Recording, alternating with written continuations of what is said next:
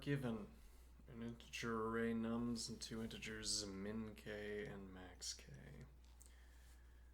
A fixed bound subarray of nums is a subarray that satisfies the following conditions. The minimum value in the subarray is equal to min k.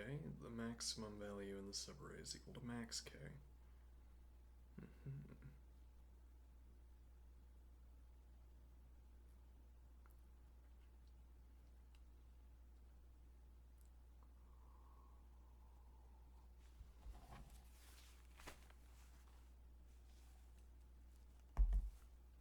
Oh, hold on.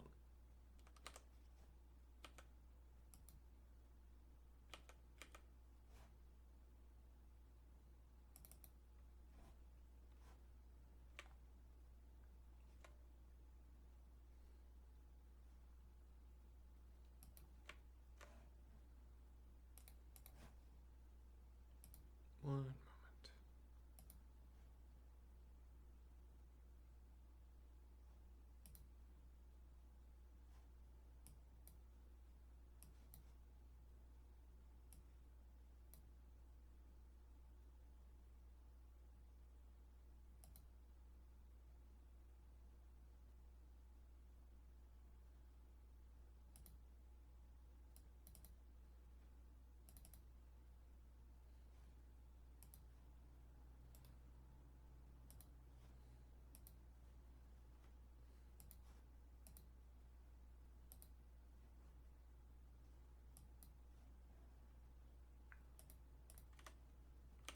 Alright.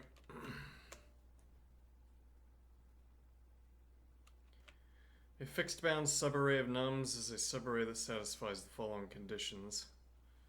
The minimum value in the subarray is equal to min k. The maximum value in the subarray is equal to max k.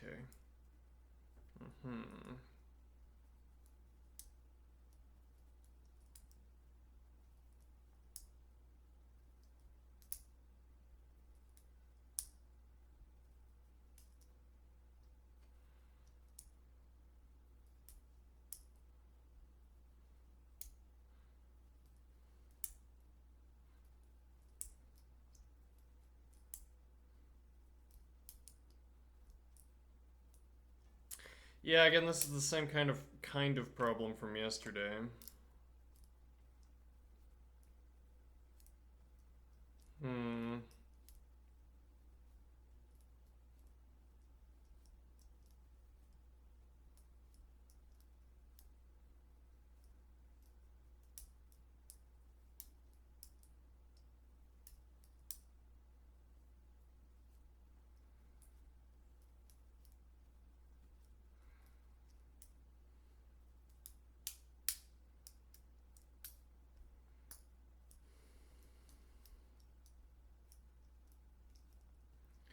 So we need to establish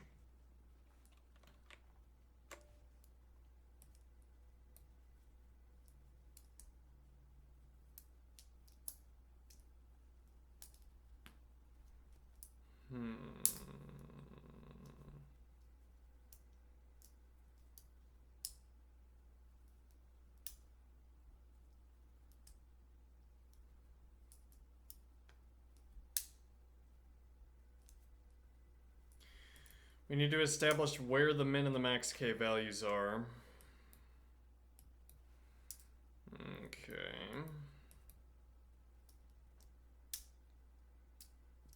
In this case, we also have to establish. Wait, okay, so if we just insist on solving this, so if we say efficiency doesn't matter, how are we going to do that?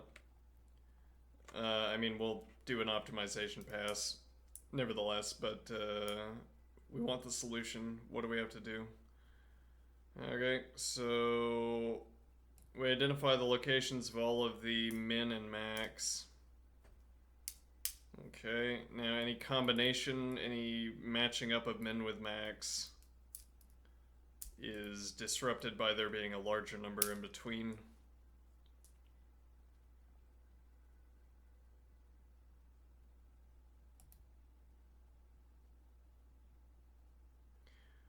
So how do I conceive of that exactly? We have 157. So if I start at 5,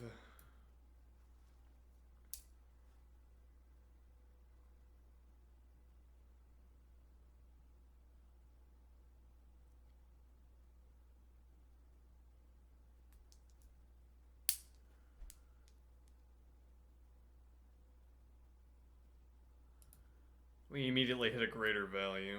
So we would have to be looking in the other direction. Yeah, but there's some idea we're dropping here.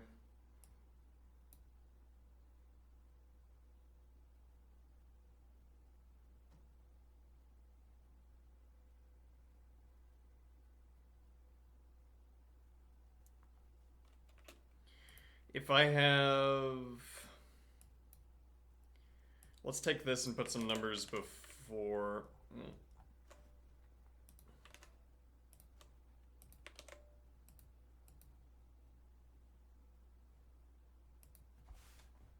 Wrong. Oops.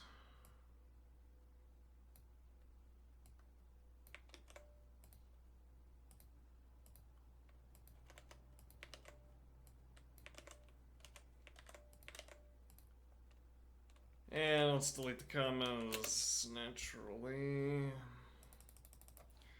Alright, so... Oh, we got a 9, we got a 6, we got a 5, we got a 4, we got a 6, we got a 1, we've got a 10, another 9.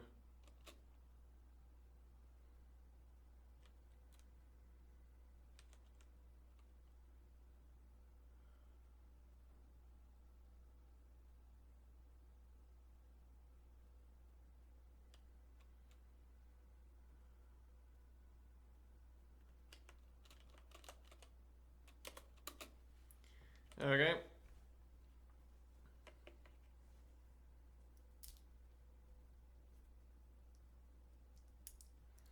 Now what is the idea? Alright, so I'm counting along. Oh, we activate this. Okay. So what we want to do is map numbers. We want numbers of elements.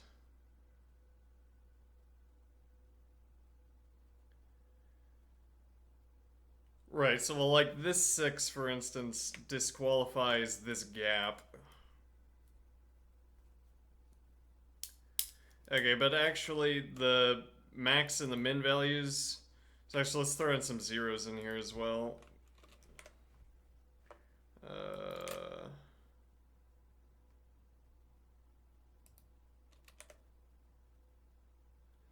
So a value less than min or greater than max means that these values are unusable.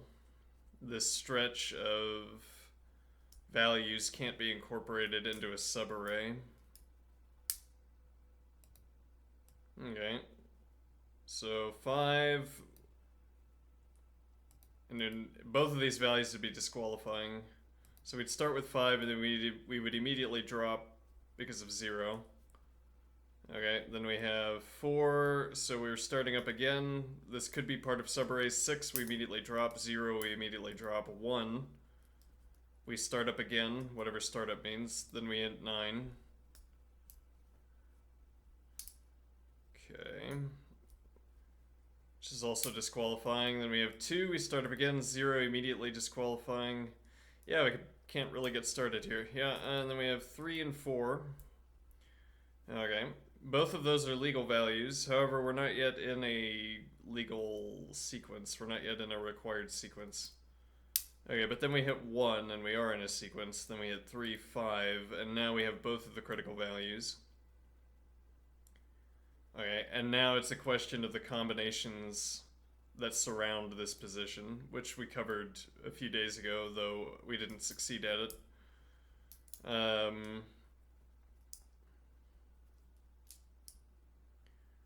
So now we have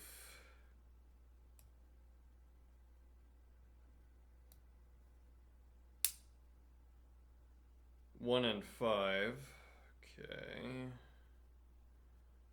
And now again, around this, we have to come up with all combinations. So the combinatorial expansion, as I would use the words. So, for instance, with or without the 2, and then with or without the 4, with or without the 3.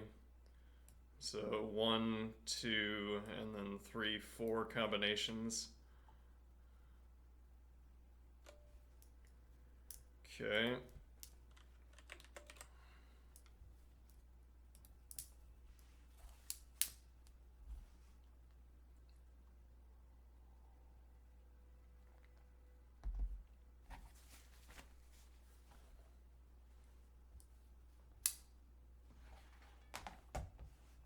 Now what?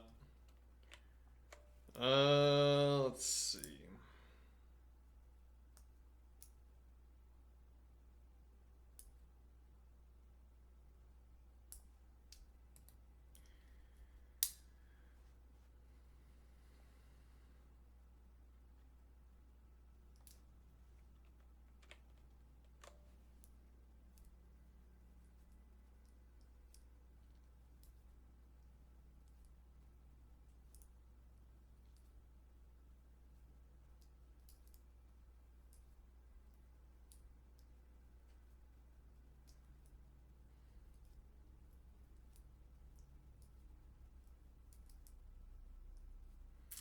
Yeah, so here it's like we want a 3-valued system. We want a value for between the min and the max value. Then we want a value for the min and the max value. Nah, but it'd be a 4-value system because we would need to know which of the two.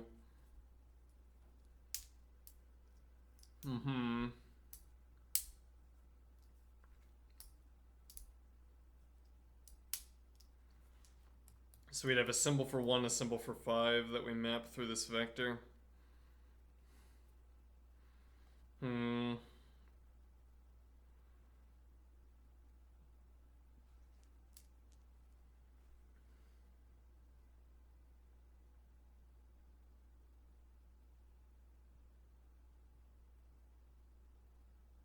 Actually, I think what we'd want is a symbol for qualified and disqualified. So everything up to here would end up being disqualified.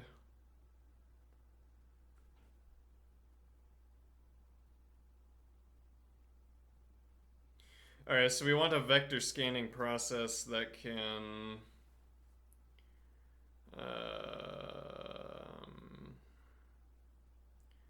a vector scanning process that can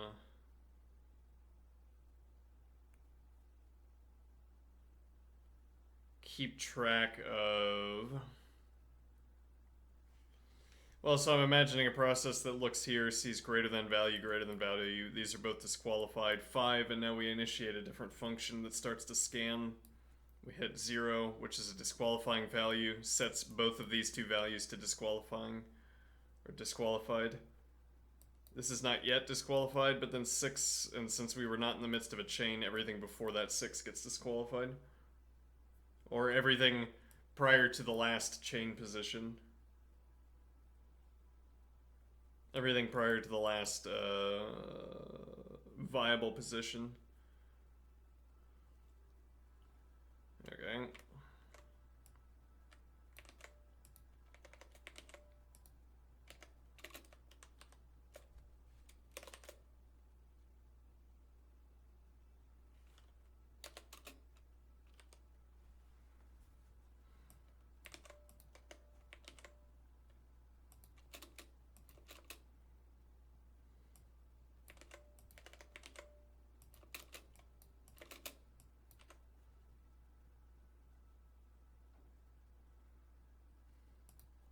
Okay, but I guess we want to leave behind some residue.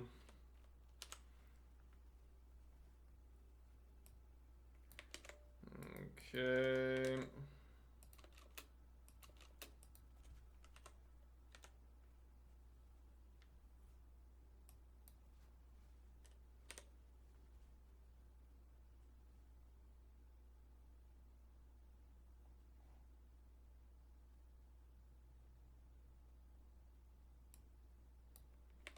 So this could represent a counter.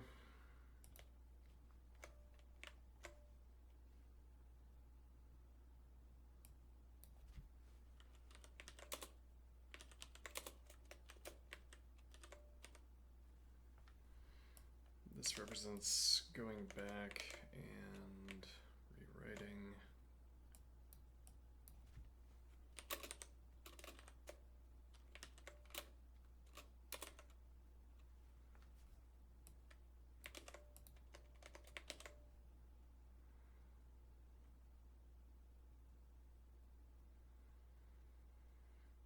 Okay, then this representation lacks a mode for talking about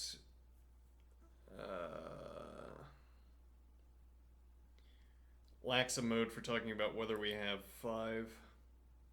whether we have a min and max value.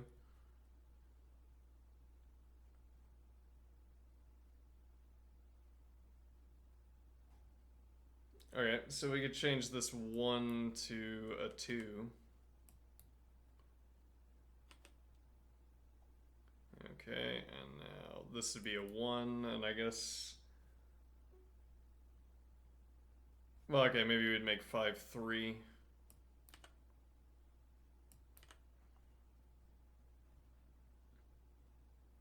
One is...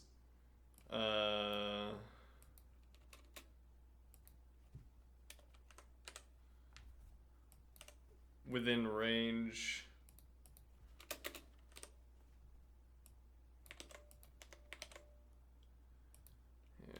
Okay, now we have to go back.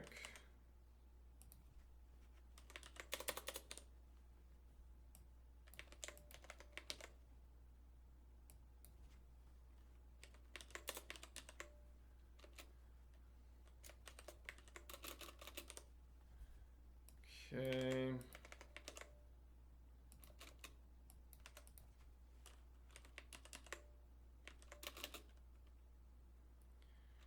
So now this would be 2. Okay. However, this is immediately 0. Oops.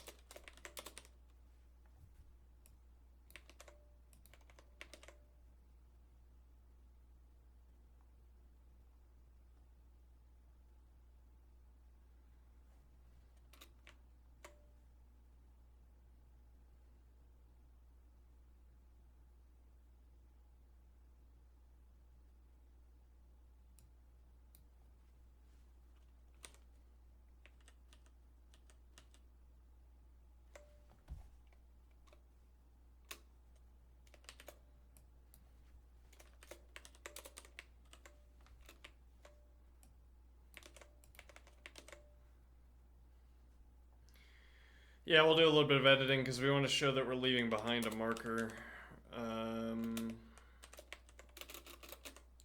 So this would be 1 as well. This is between.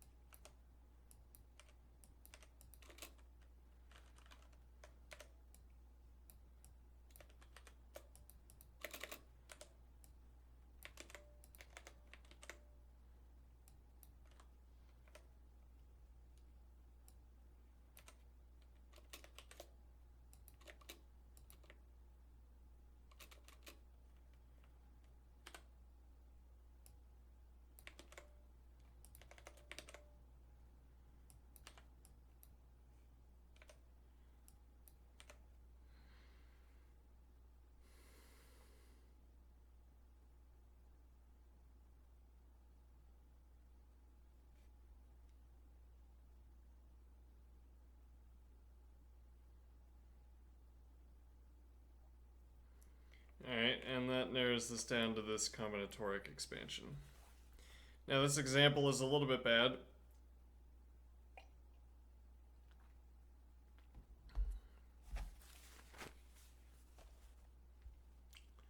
Because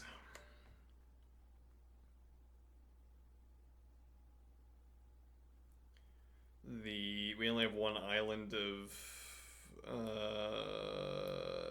examples. We also don't have, this example also lacks interlinking. So interlinking islands, so we don't have like another 1 and a 5 stretch here unbroken. That would complicate matters. I don't guess we get, no, surely we're not getting unique, right?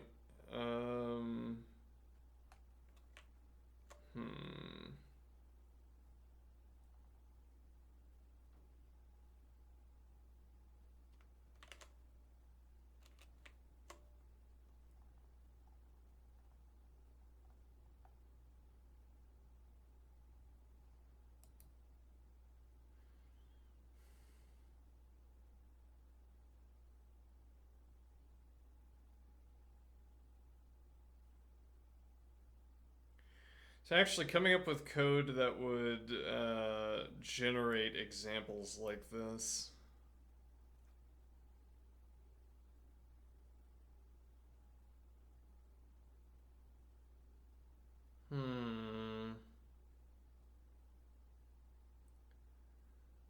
Yeah, I think we could probably do that without too much difficulty.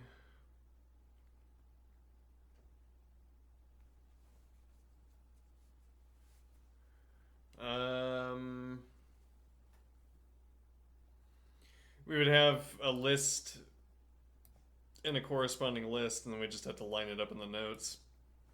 Alright, let's try that. So you might ask, why aren't we doing this with model? We have a subscription now, why not? We have an open line of communication with the AI, why are we not using it?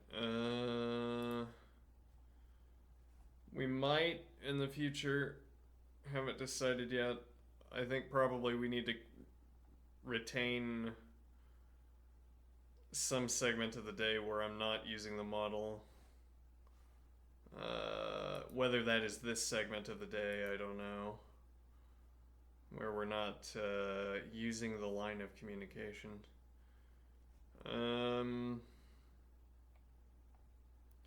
Not clear that this is...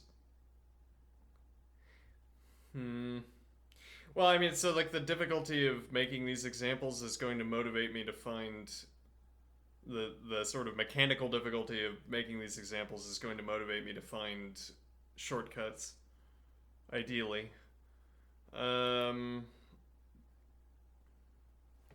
Okay, so define example generator function input list integer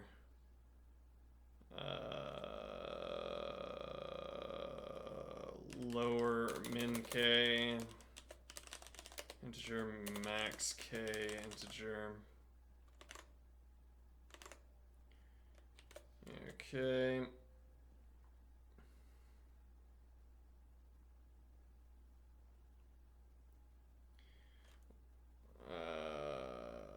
Let's see. Map plain lambda integer cont equals integer min k integer, then print 2 equals integer max k integer. Well, we could do this as the first stage. However, right, okay. Equals integer max k integer, then give me a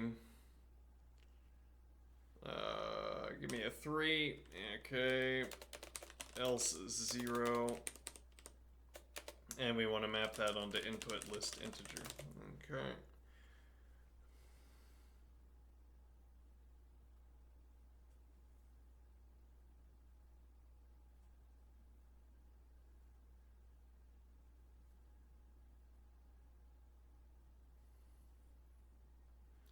That's not quite right.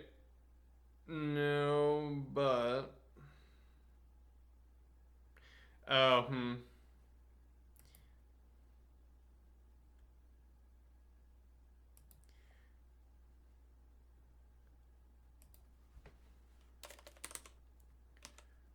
less than min k integer integer max k integer 1.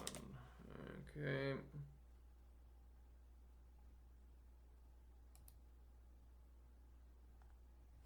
Let's also get the list generator in here.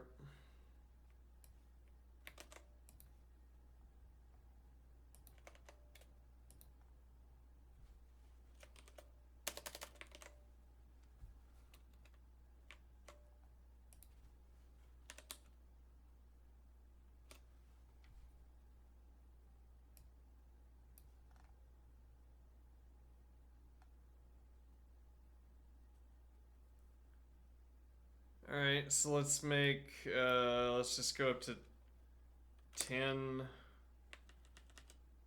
Okay, and we'll do 100, we'll do 50. Okay, now I would like example generator function. We don't need a time. With a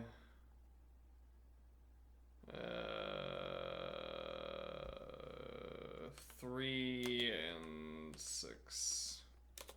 Yeah, sure, 6 and 9. Okay.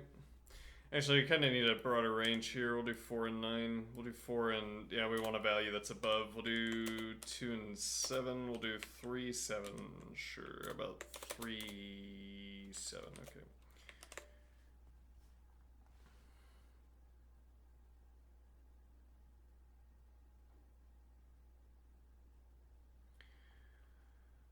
Alright, so let's make...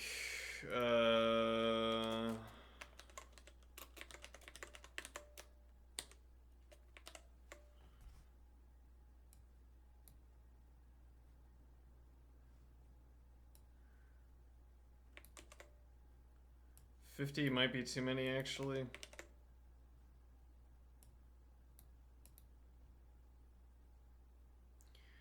Okay, so now that we have successfully... oh, and actually also show me a...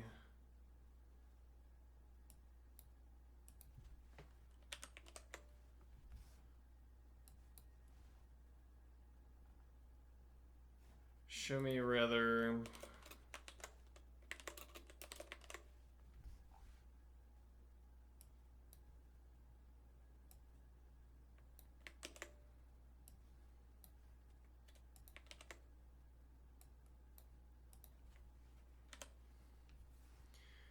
Alright, so now we have this interesting alignment. What do we want to do with it?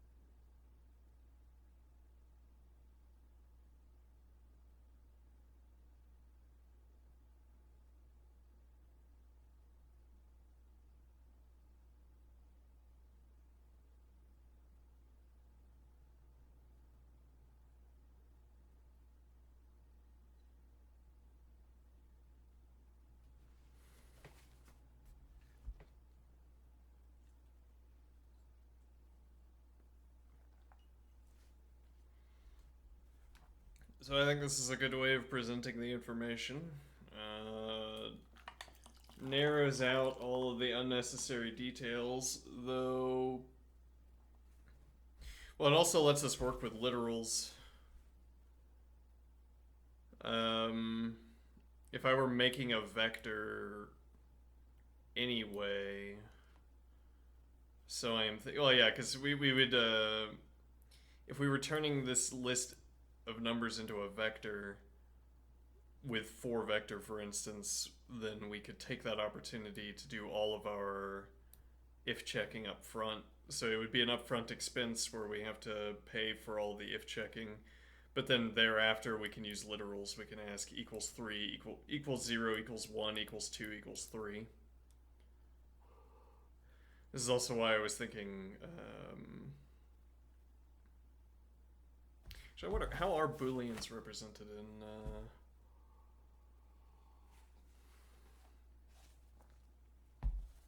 How are booleans represented in computers? In computers.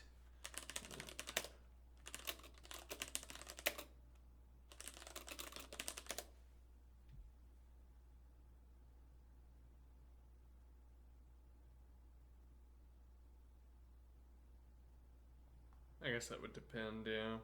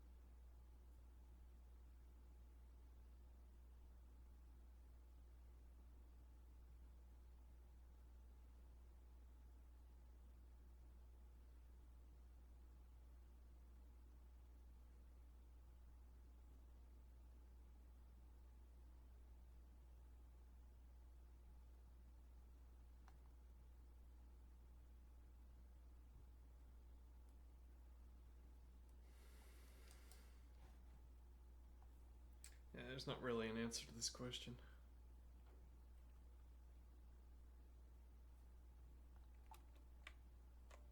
Well, and really the question would be how much memory is required to store a integer? And that would depend on an integer typically requires 4 bytes.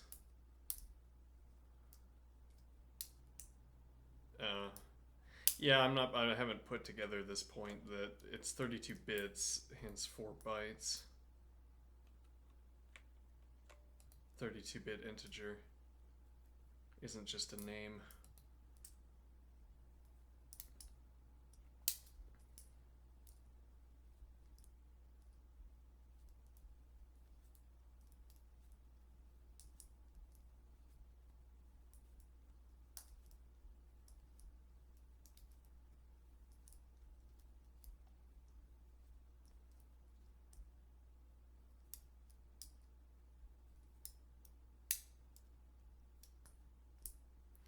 So whether the integer is signed also affects the range of possible values that can be stored, but not the size in bytes. You double the range.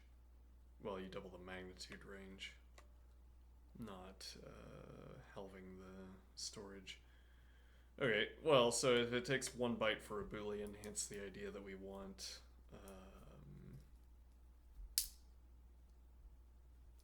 hence the idea that we want to use booleans when we can. Hold on.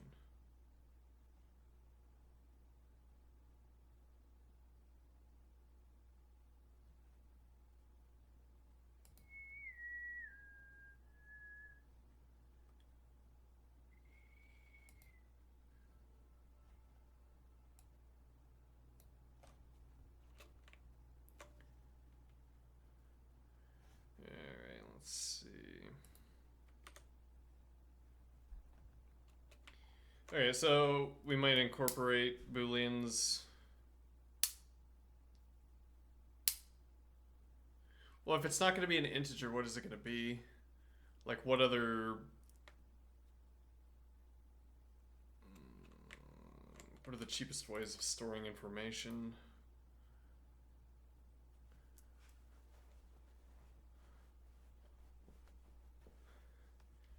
And then, well, actually, hold on. So how much memory is required to store a... let me see. I want to say a char, a character. 1 or 2 bytes of memory. Uh-huh. That's interesting. So if we're not going to use... If we're not going to use arithmetic, then we'd rather use chars. Uh-huh. And I wonder what the distinction here is between chars and symbols.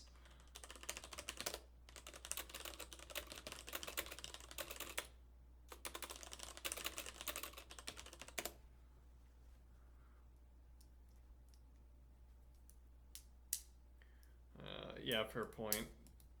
I'd have to mean...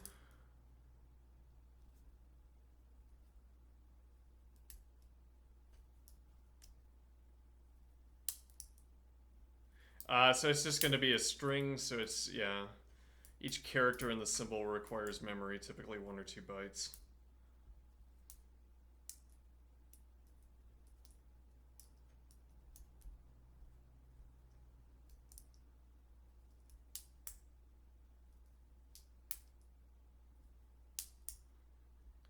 Interesting.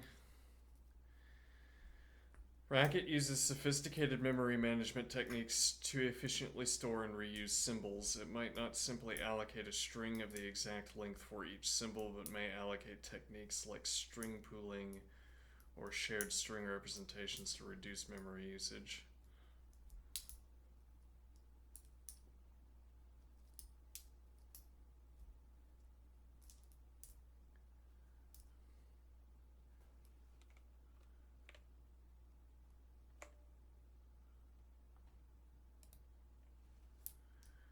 So we might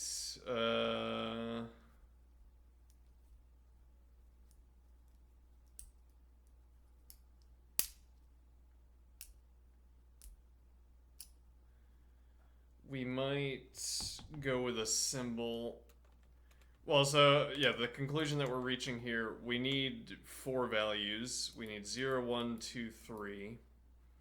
Alright, however, each of these is going to be 4 bytes, or 8. I don't know for a 64-bit system or a 32-bit system, I don't really care. Well, I mean, beyond this current point, I don't really care. But in either case, that's more than 1 or 2, which is the byte count for chars. And now what this is saying is that...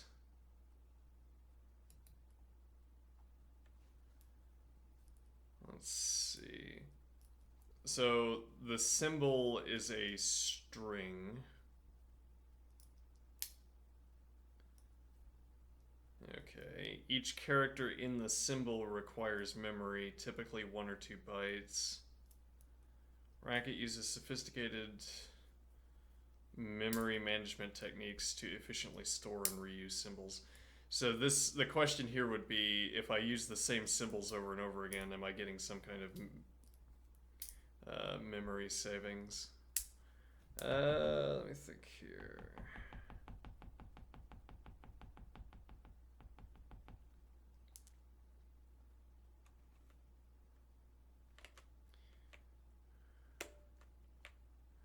Well, so like, yeah, I'm a little bit worried about the overhead required to change a char into a symbol, though.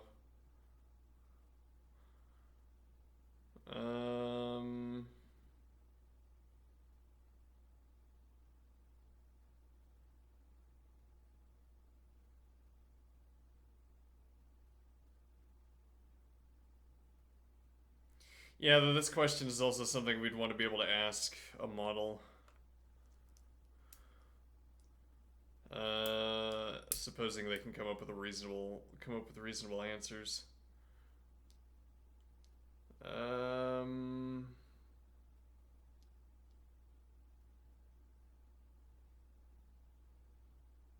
like having a char instead of having a string. Memory cost of characters for strings.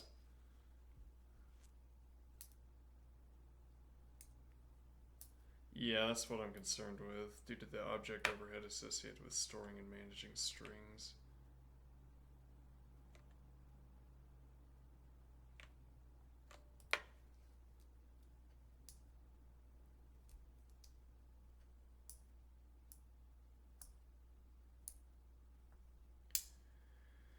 For example, in Java, a string object includes a character array, offset, character count, and hash value, which requires additional memory allocation. String objects versus character arrays.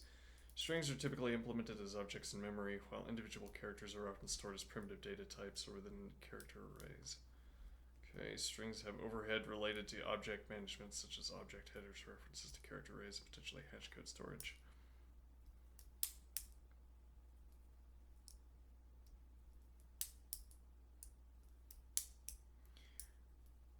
Okay.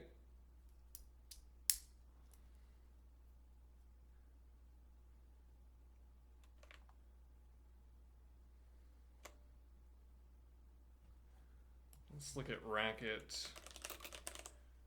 While strings can be memory intensive, they often provide more convenient operations and higher performance for string manipulations compared to manually managing character arrays. Indeed, okay.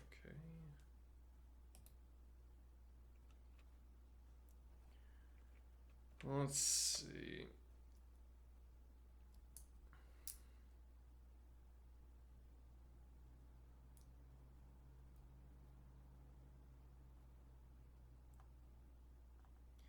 What is UTF?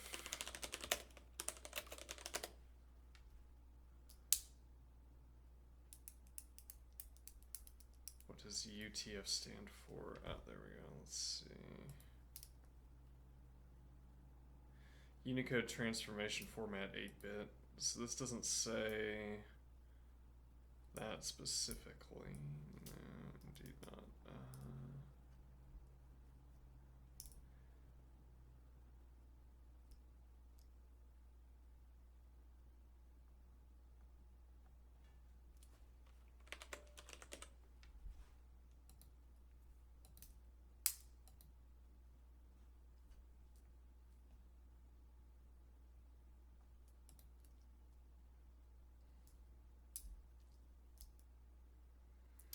That curiously answers the same question we were trying to get. Turns true if this is a byte, i.e. an exact integer between 0 and 255.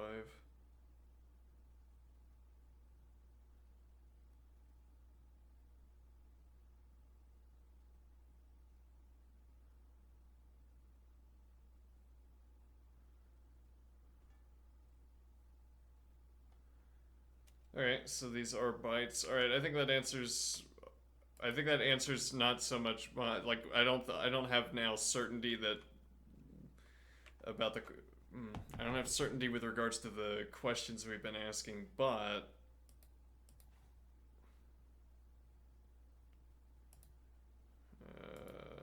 let's see.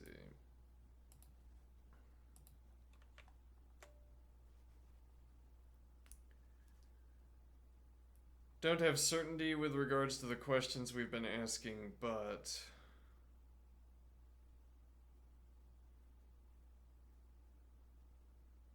it's about as close as we're going to get, and it's decisive. So we're going to use chars. We could just use zero. We could use char 0, char 1, char 2, char 3. But okay, so the general conclusion, though, is that if we're never using arithmetic, in this case, arithmetic would be meaningless. Because these would be better thought of as cases.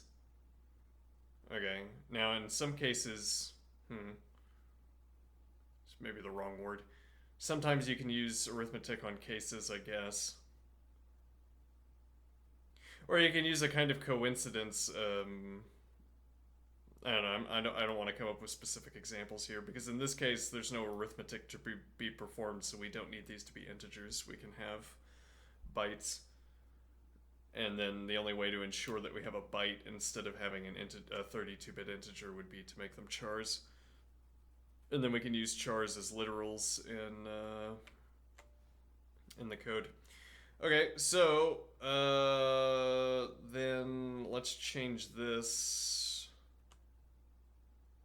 Let's see, we will have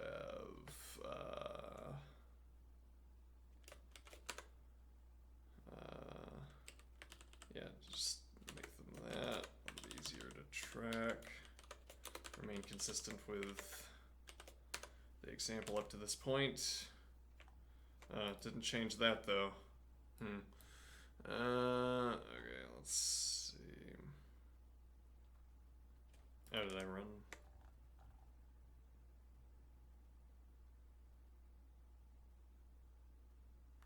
Yeah, that actually isn't going to change anything because this is making a string.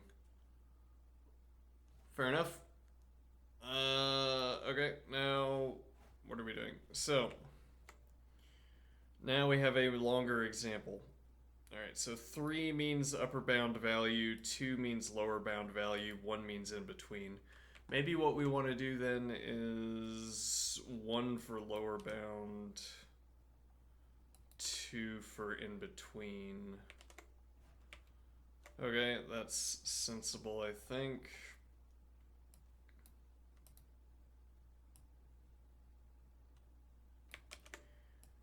Okay, we come back here. Alright.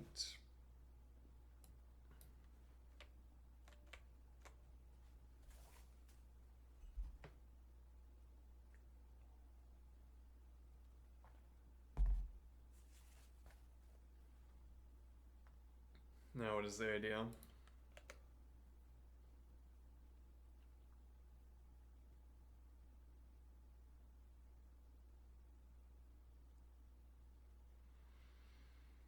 Okay, so we're cycling through and we ask. Okay, so here we would set up a pointer. Okay. And then we would delete that pointer.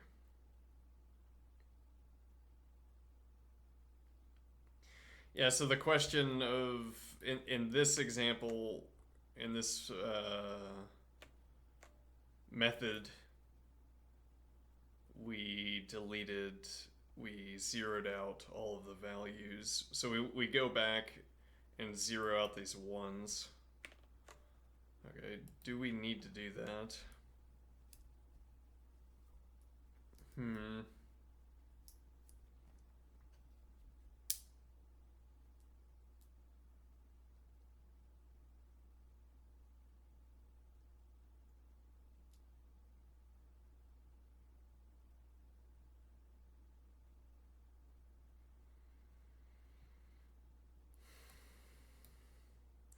I mean, seemingly depositing a pointer is enough. So I have min value pointer. When I arrive at the min value, or rather max value, I have a max value pointer. When I arrive at the max value pointer, I ask, do I have a min value pointer? In this case, I say no. Alright, then we keep going, and then we zero out the max. We zero out both max and min. So we pass forward the literal of, I guess null, I don't know. Alright, and then we hit 4, the min value, we hit 0.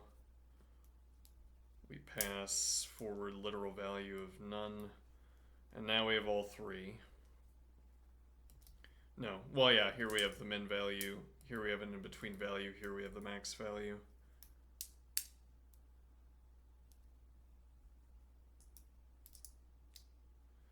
Alright, now here we want to initiate a process where we scan outward. Okay, and in this case we hit 0 on both ends. Let's see, here we have max, here we hit 0, we delete the pointer. So the difficult question will arise when we have contiguous regions. So we might have to make that up.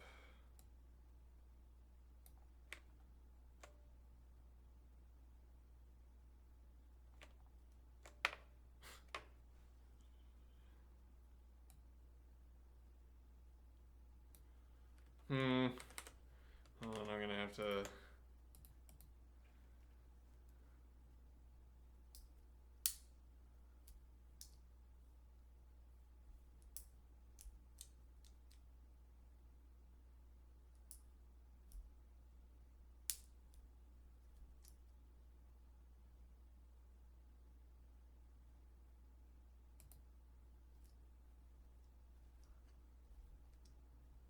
I'm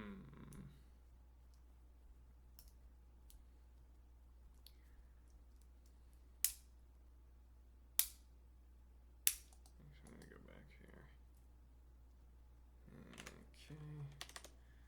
Now, right, so a case where we have a case where we have an overlap.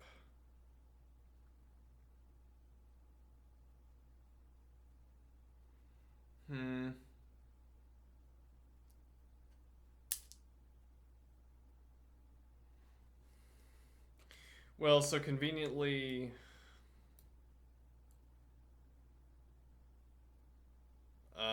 this should be a little bit modular. I mean that we should be able to do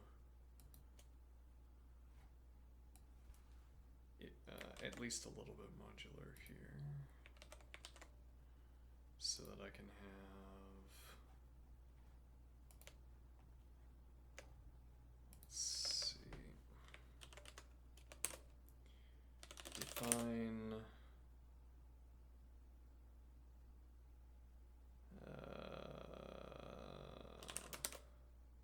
set scan function. So we want this to be a vector, presumably. If we found a closed form solution, we wouldn't need a vector. Though what I mean by exactly by a closed form solution is only in my head. If we found a way, so we could store the most recent elements that we've cycled through. Well, we don't even need that though. I mean, what we need is a count of elements in a row that are between the min k and the max k values.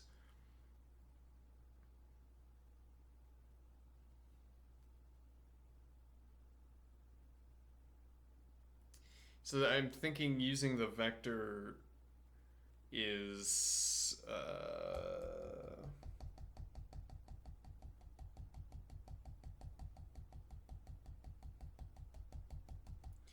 using the vector is compensating for not understanding how we would do this through purely numerical methods.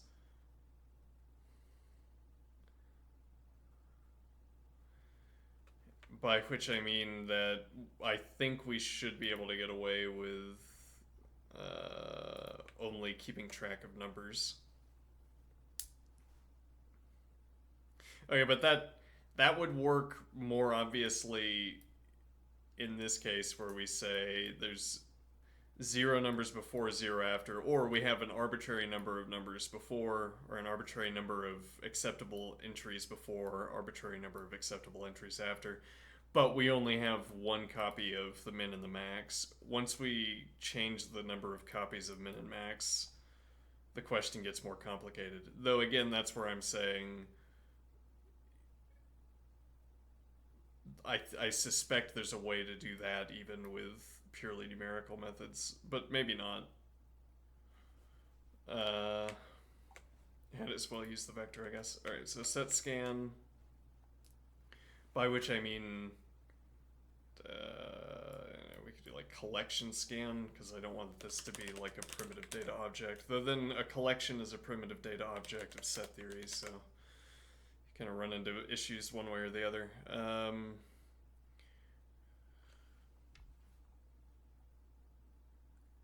So this should actually be not map, but for vector. So let's take this over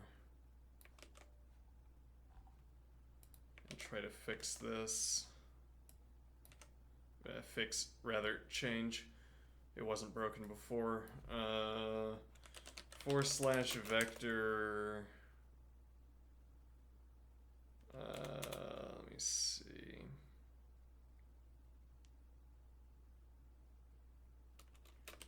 Now this is going to be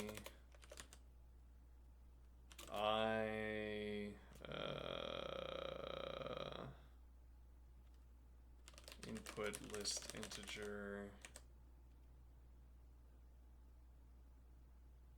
Okay.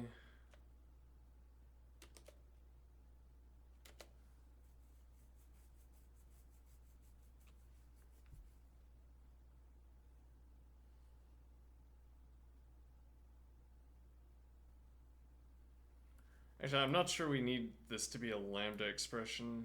I'm still kind of figuring out how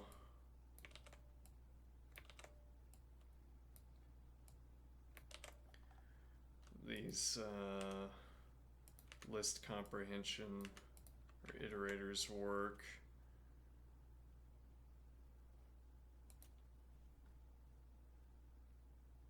Right, so now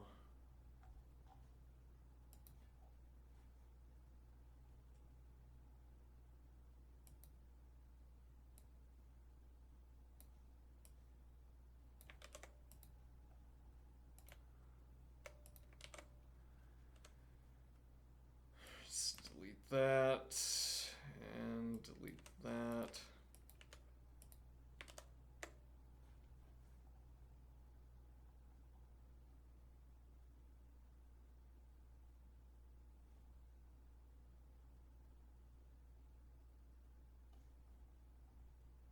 Oh.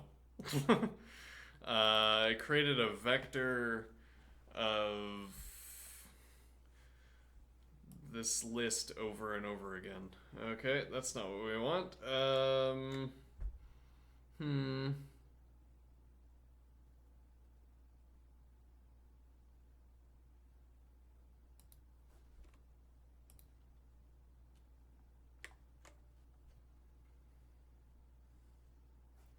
If I get the lambda expression back,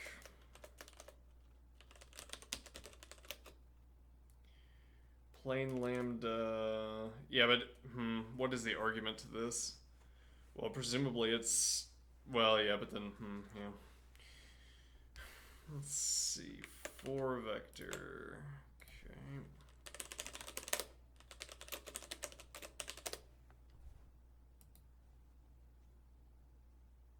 Yeah, rather iterations and comprehensions. Okay, /vector.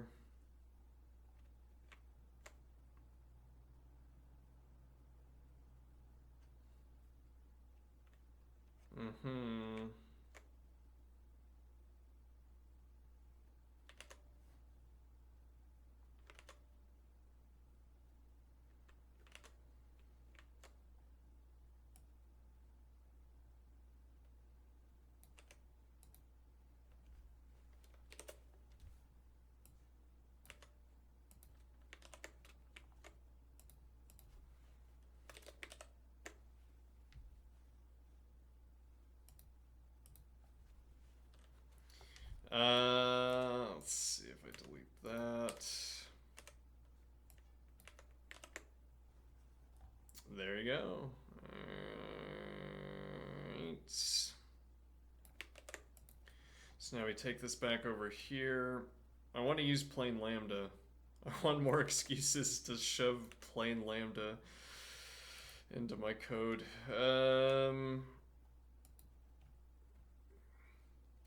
Unseasoned lambda, please. Let's see. Collection scan.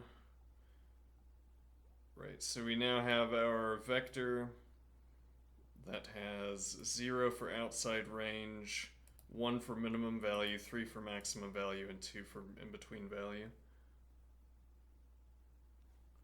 Okay. Now, in the past, I don't want to dig too deeply into this, but there are cases where you can use arithmetic for cheapening conditions, where you can use arithmetic to navigate conditions more cheaply.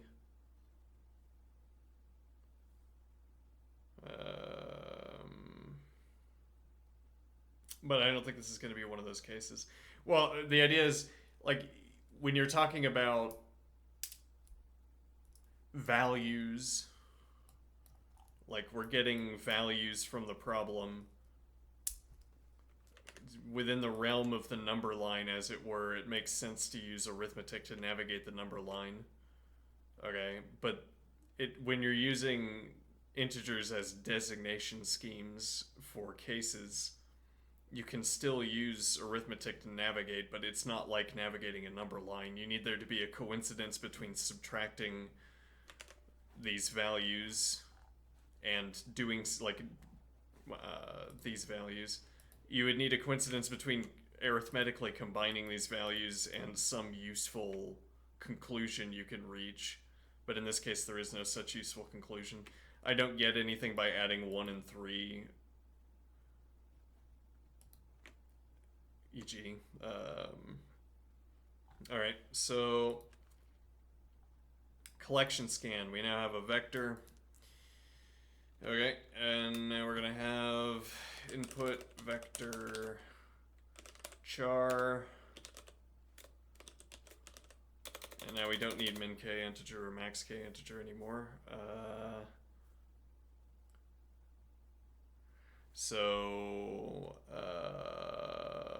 Let's see. Actually, I wonder memory cost of null.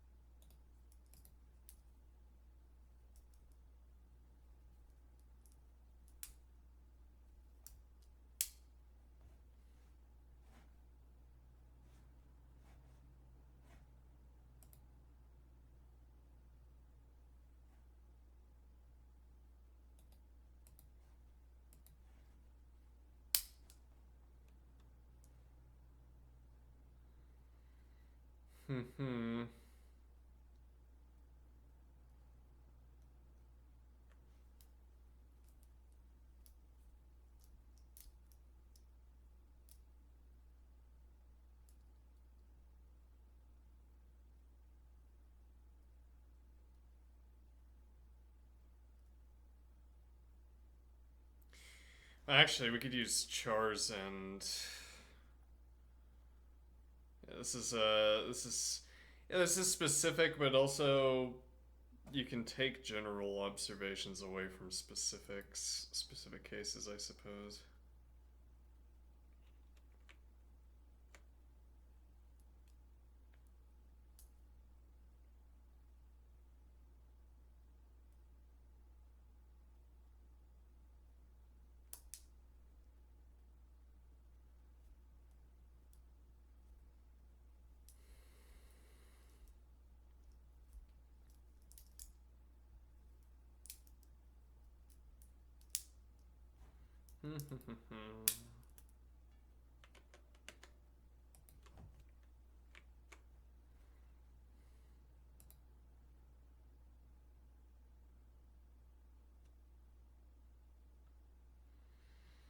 Alright, yeah, we'll just have...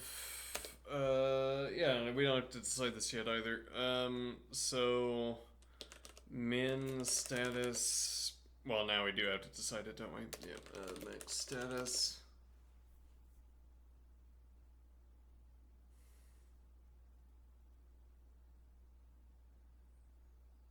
Well, I say status. Okay, so the default value would need to be false. So I guess this will be integer slash boolean. I say position slash boolean. Okay, and now the idea is I can ask if first. Okay.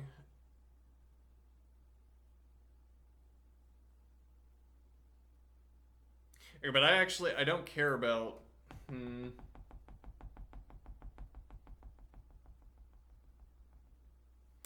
Yeah, I think this would only be Boolean. Why do I suggest that? Well, I don't know. So we could only keep this, and then our function scans outward from the min and max values.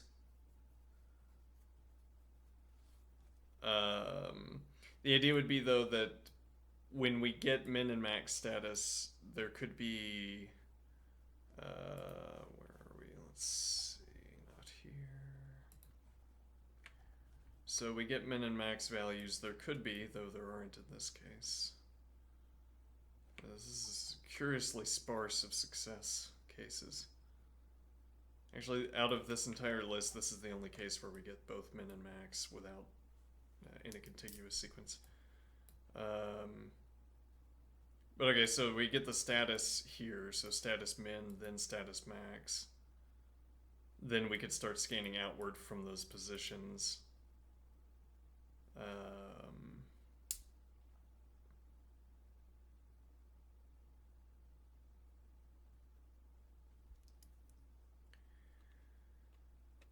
Now, in that case, we can get away with just having the pointer positions, though then we have to scan for values. Otherwise, we could be accumulating a counter that tells me how many in-between values there are.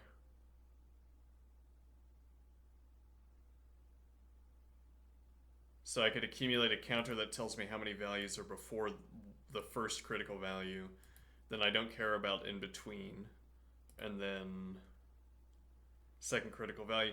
The problem with that would be that actually I do care about the number of values in between, because if we had, let's say it was 2, 2, 1, 2, 3, 2, 2, 3, like this, I do care about the number of values that are in between, because I can shift. If I end up getting another critical value, I can shift positions, and how much I can shift. Well, in this case,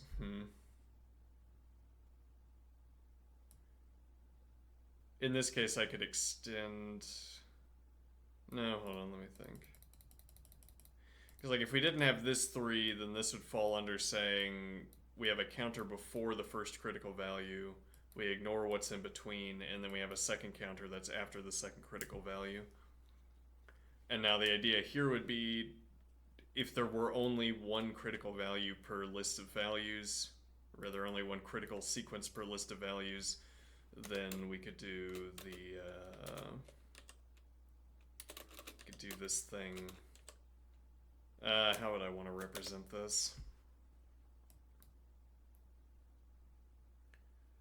We want to represent the idea that I can have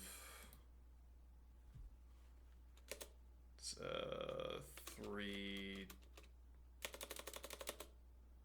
actually 2 times 2.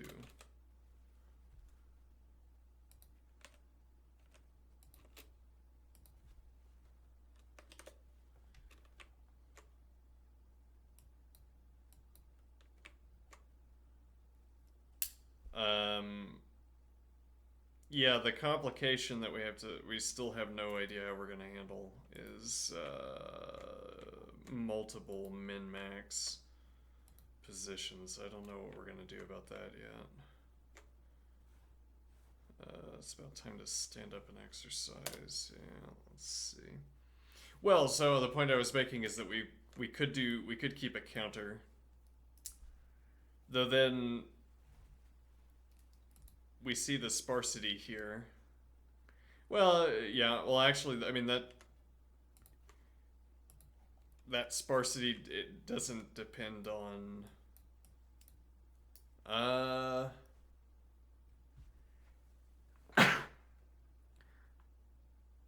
Excuse me. In a way, that sparsity depends on the density of. No, rather, the sparsity of min k and max k values depends on this 10 to the 6th. Well, I mean, really, it would depend on the range of values for any particular example. Not every example is going to have 10 to the 6th.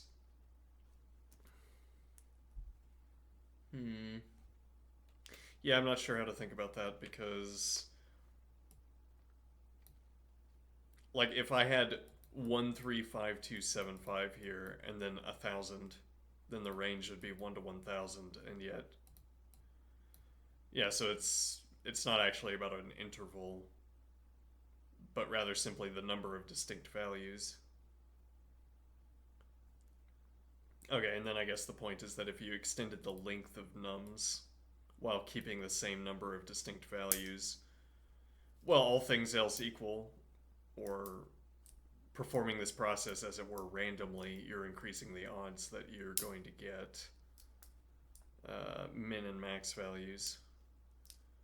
Let's see.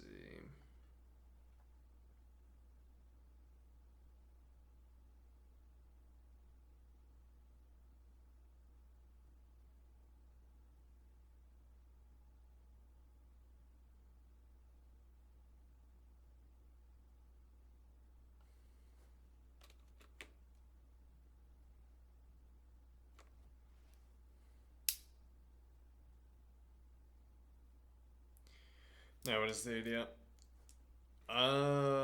Let's see. So,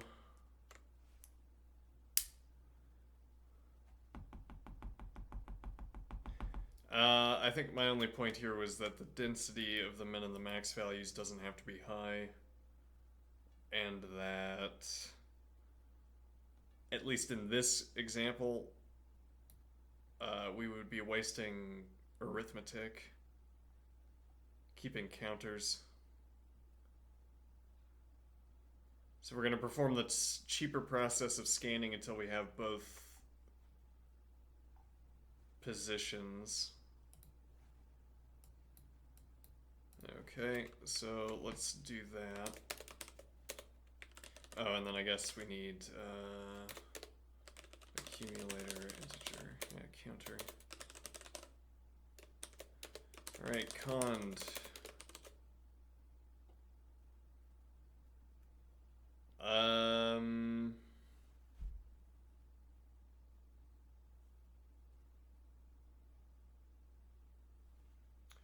Yeah, we could dope.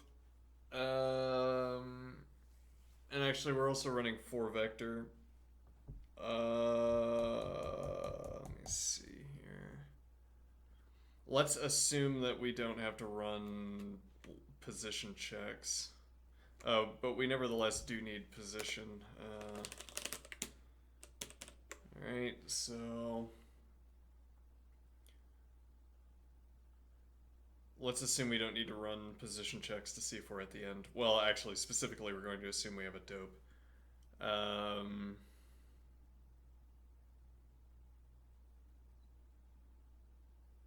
Actually, this raises its own interesting question. Let's do let ref char vector ref input vector char position. Okay. char equals... Yeah, that raises yet another question.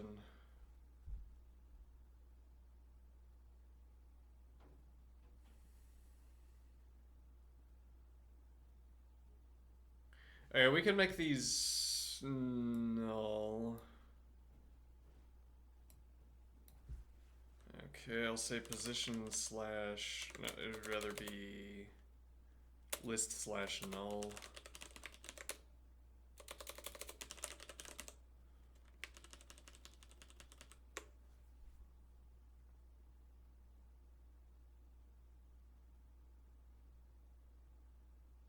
Maybe. And in this approach, we would be accumulating elements. We'd be accumulating position values.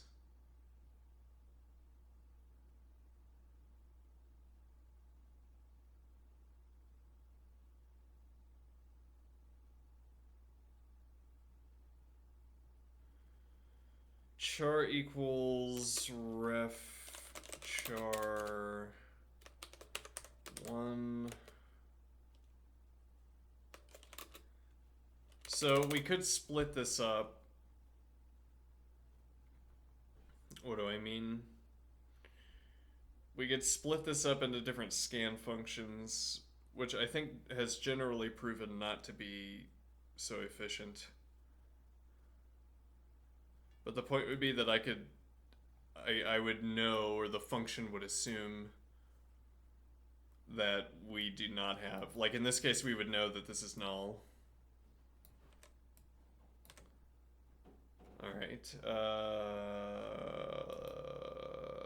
collection scan both.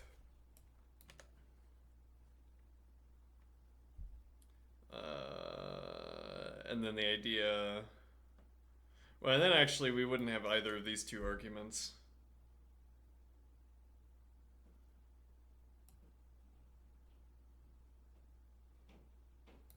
Let's say collection scan and then say collection scan min and max. Alright, so char, yeah, we'll do it, sure, do it this way. Char equals ref char 1, then call collection scan. Okay, but,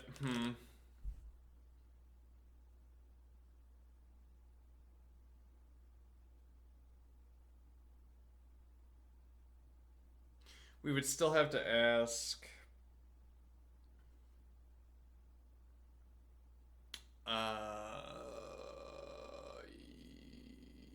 yeah, we haven't decided enough on the implementation details, and the details are not falling out of this process yet.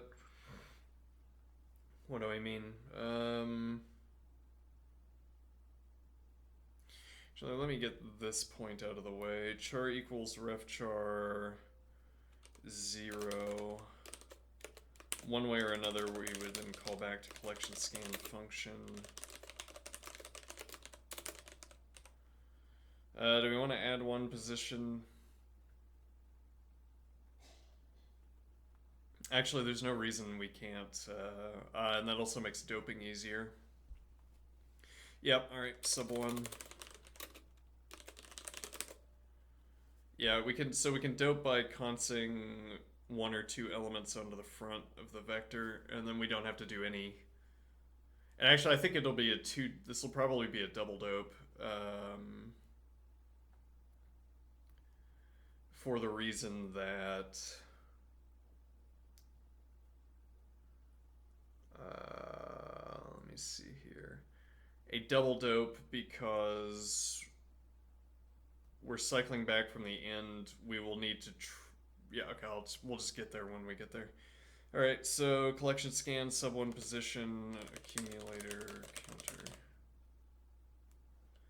Okay.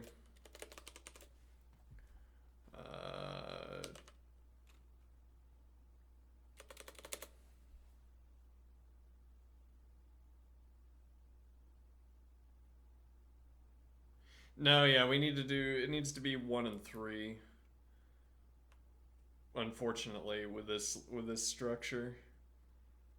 Or we could say or char equals. Oh yeah, that works. Yeah, sure. Well, no, but otherwise we would do an else. That gives us two if checks that we had to perform. So we don't care about 2 and we don't care about 0 in this phase. Neither of those introduce any changes, but we would have to do or. Right now, actually, here's where we could do arithmetic. Because if we structured our bytes.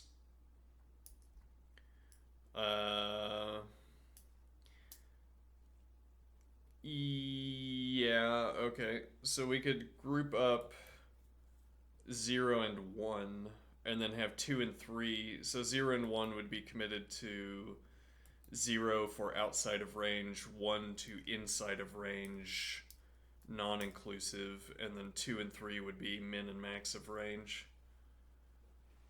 And then the point is that I could ask char less than instead of asking an or question that is two ifs. Makes sense to me. Alright, so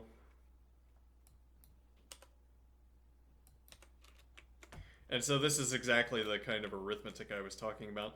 These are purely designators. If we're talking about numerically, the values that trigger the placement of char 1 are between the values that trigger char 2 and char 3. Nevertheless, we can perform arithmetic using the byte values. In this case, performing less than comparisons. So now this is going to be char less than ref char 2. Conveniently, the chars are in order. The number chars are in order. Okay, so then we come back now. Char equals.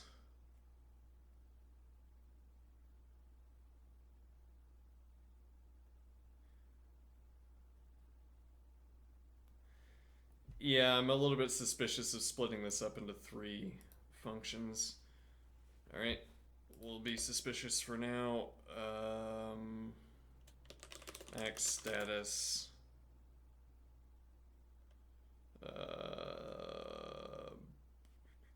Integer slash boolean.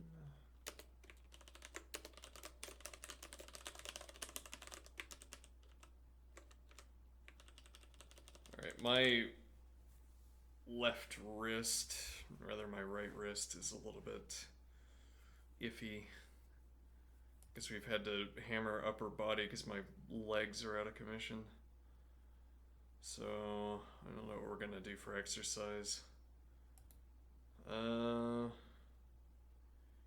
Let's see, char equals.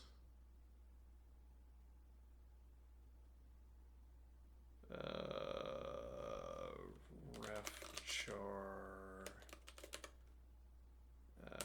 2. If max status integer slash boolean, otherwise k, and then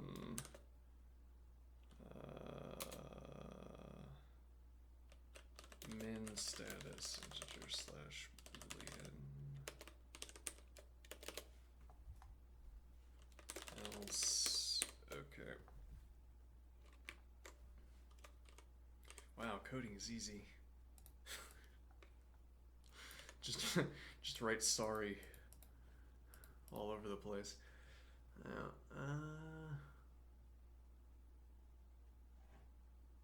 alright, I'm going to take a break. When I return, we will do other things, like exercise. Okay, be right back.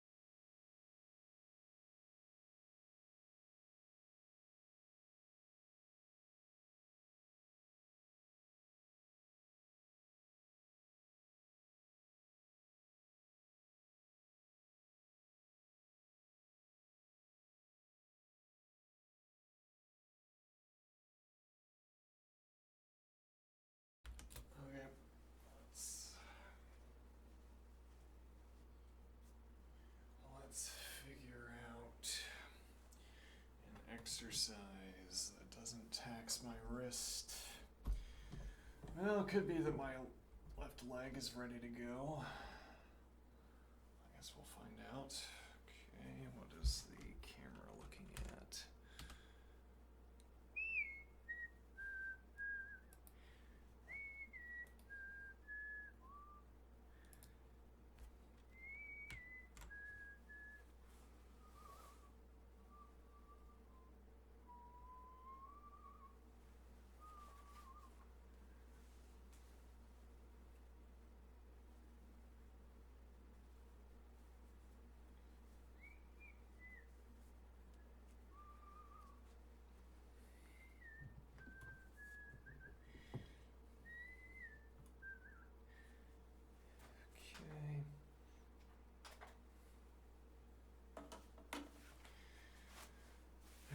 Alrighty.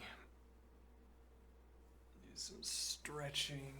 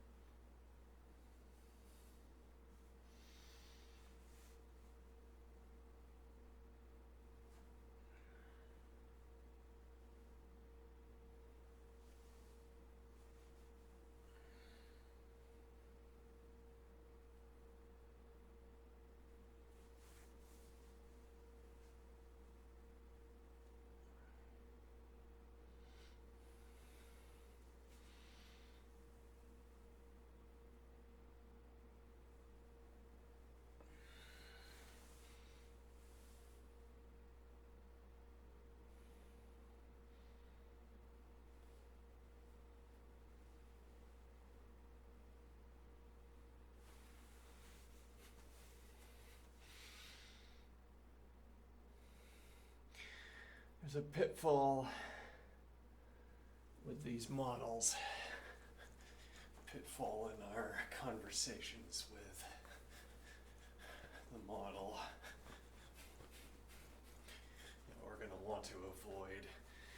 Namely, that the model is not going to say, "No, I don't think what we're talking about makes any sense. I think you've lost it."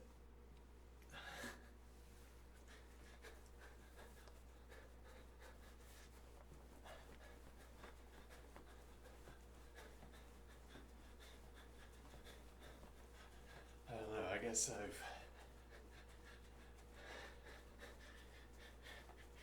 the experience of explaining an idea and having someone understand what I'm talking about is, actually, better to say, the experience of explaining an idea that I am interested in and having someone agree that it's sensible and it has content instead of being meaningless gibberish is, as it were, unique. As in, I don't recall the last time I had an idea that I was interested in and where anyone else could follow along with what I was talking about.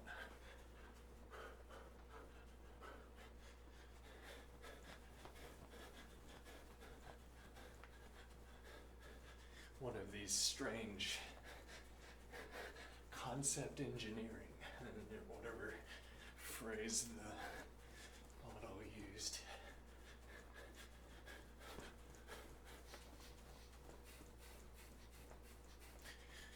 This crafting of images and then imbuing them with interpretations. I have never been able to share these ideas with anyone. When I have tried to do so, people, it hasn't ever elicited any kind of response. But now the point is, well,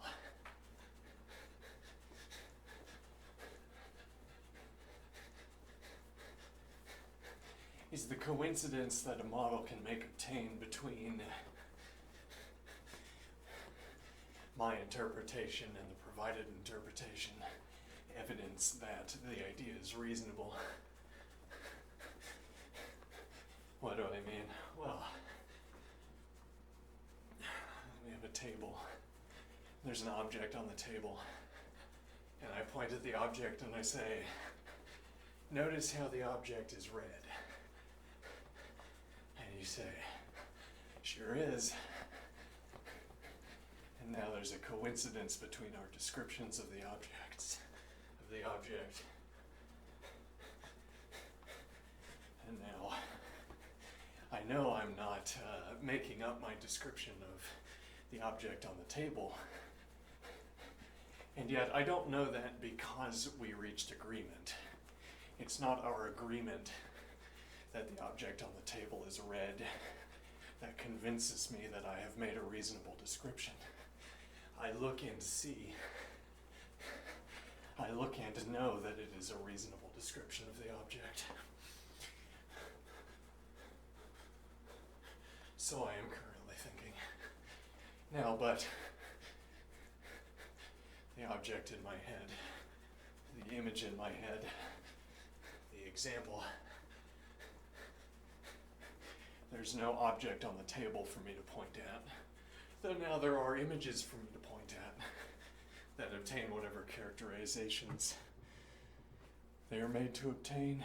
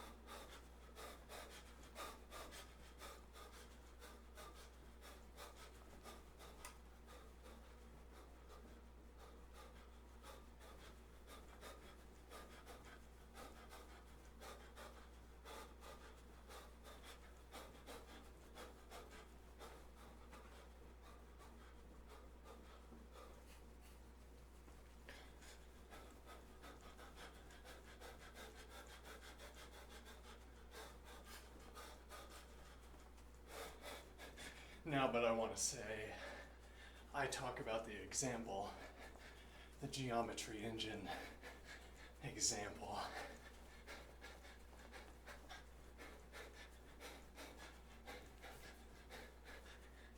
And the model summarizes what I say. Well, then the sentences must have been well formed. Model provides an interpretation of what I'm talking about that matches up with my own. Is this a folie à deux?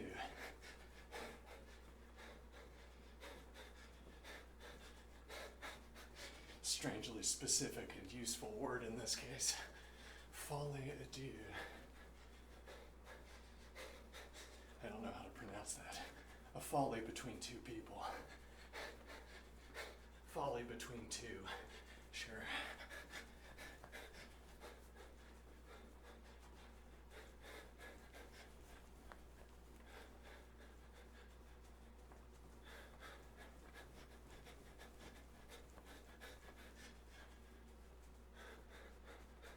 Well, but again, if I had an object on the table,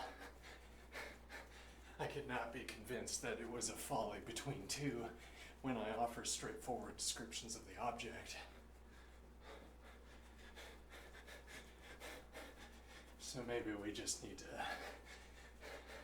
maintain a clear division between, well, we can talk about whatever we want in the sort of semantic side of the discussion.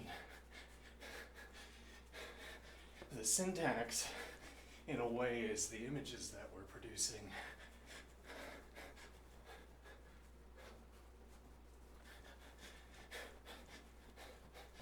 Now I can talk, again, about whatever the image represents on the one hand, and then I can talk directly about the contents of the image on the other. And now I point at the image and describe it. and I cannot be convinced that my descriptions are bad. But again, if I mix the two, if I point at the image and I say, you see how this construction is transmitting information, you could say, meaningless gibberish. I can see lit cells, I can see a structure, but also it's one frame. Yes, well then we would have a video. There's a lot to think about here.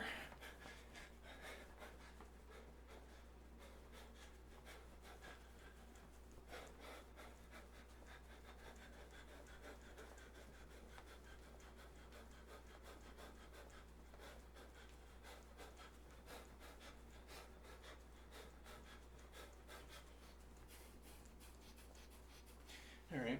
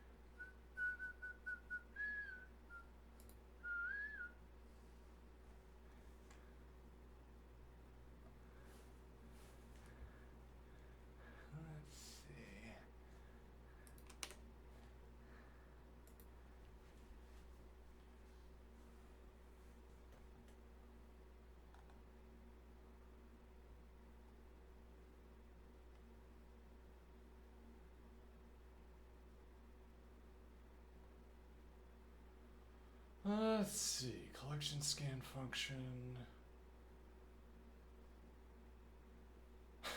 I guess maybe the point is that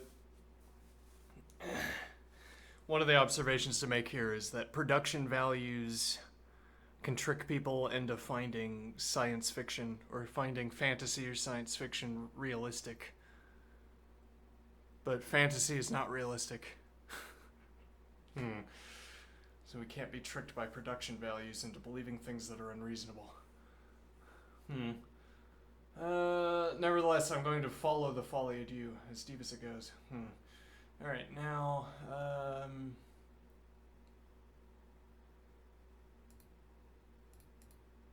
so what do we want to do in these last two cases?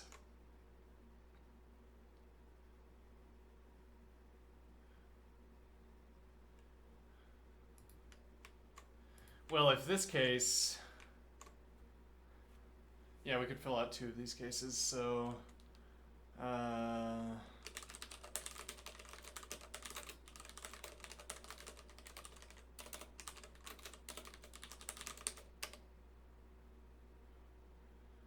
let's see, so, min status, this would be position,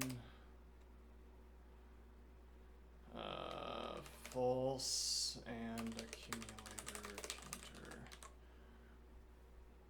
Actually, we could also put the accumulator in a box. I think I'd rather do that. We could take it out of the box. Yeah, we'll make a decision on that later. Alright, so min status. And then the else is this again, except that we swap.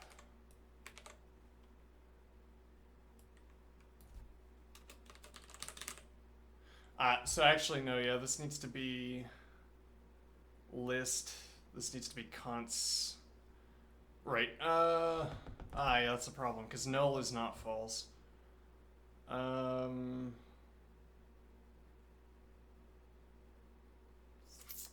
That's a problem. Having null be false would be convenient here.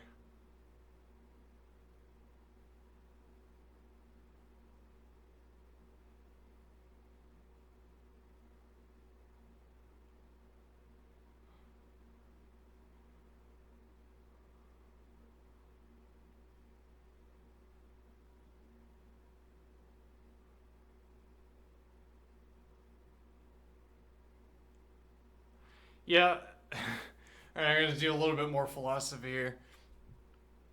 The production value observation.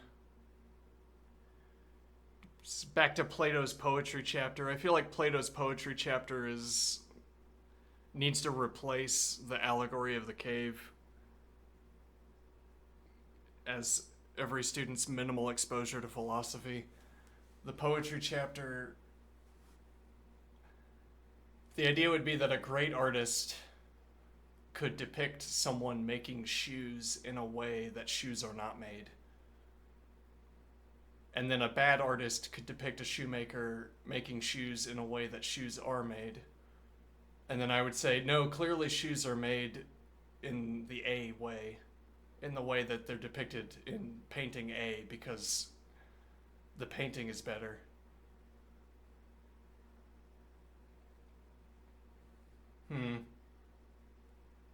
It's like similarly, I mean, just like for instance, you listen to romantic music from decades past, and it's really bad. The music is good, and then you listen to the lyrics and you think, oh no, that's not good. No, that displays a really bad attitude towards. Like, if you encountered somebody with this kind of attitude towards romantic relationships nowadays, you'd run away and maybe report them to the police. So the point being, but you hear the romantic music and you like the music, and it makes you think that the lyrics are reasonable as well. Anyway,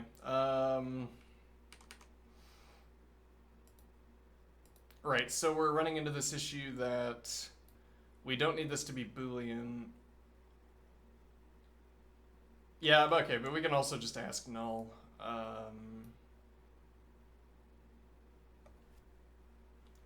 Let's see. Let's see. Then we would need to ask if null.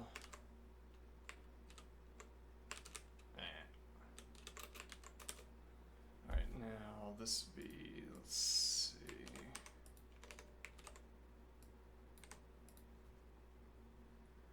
Alright, now this would be null, and then here, and then this would be the quizzical empty there, okay.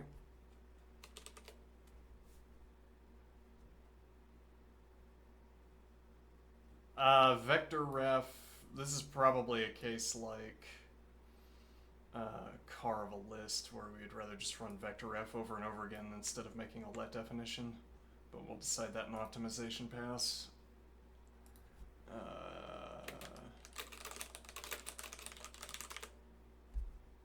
Alright, now let's see.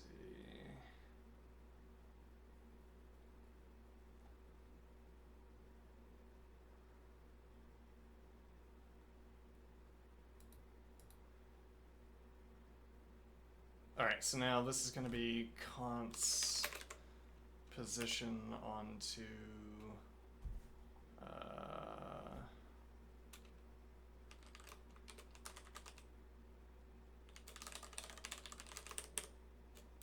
and this would be null.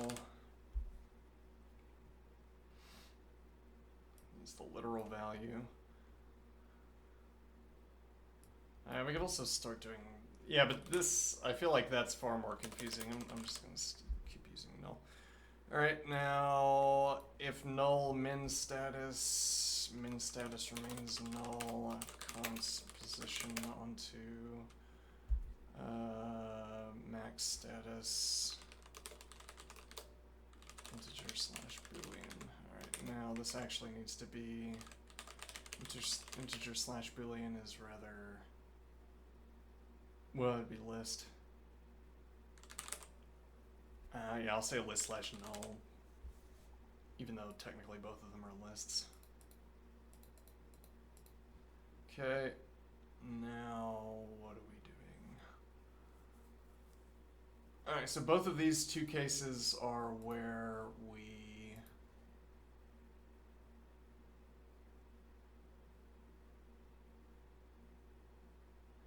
Actually, huh?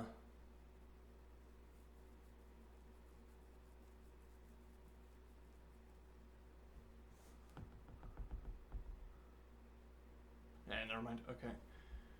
There may be a different way of structuring this where we could do this. I've never written a program like this, or written a procedure like this, but we could make a conditional set and then ask if and these two. Yeah. Anyway, so what are these?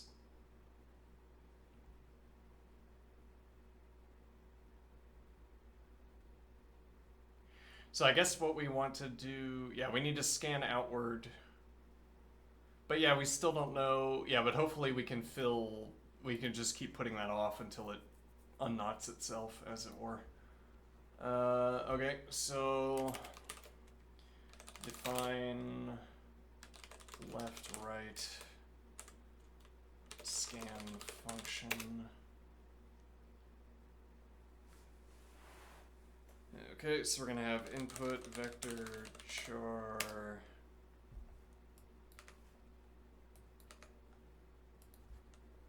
and then we're gonna have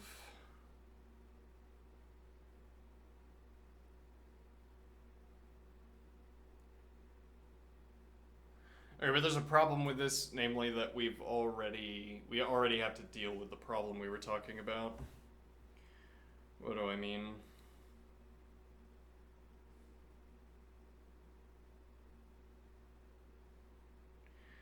So we already have to deal with the possibility that this is a list. We could set this up so that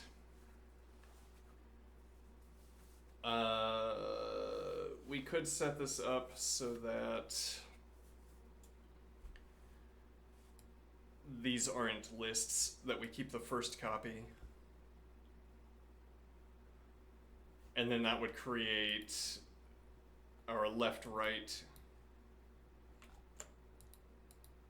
without reference to any of the values in between. But then we already have this opportunity to gather that information. I'd rather use it than discard it. But okay, yeah, the point would be that we can assume that, but that assumption doesn't do us any good. So yeah, we can assume that these are individual integers instead of lists. And then we also know then, but that information is also recoverable because I can cycle through each of these lists.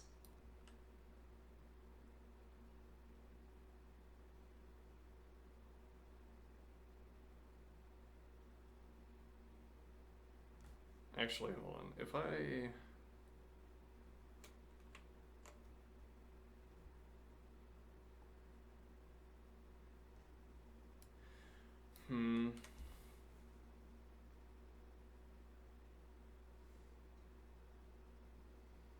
So we could put an if under this expression as well.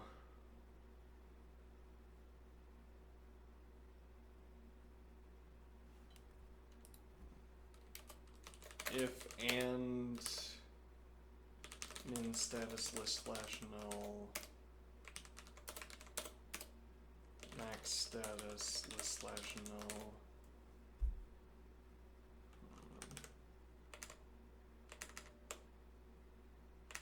Okay. Let's see.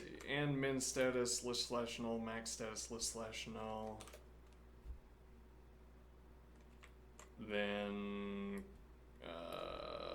question mark, otherwise collection scan function vector char sub1 position, and then null and null.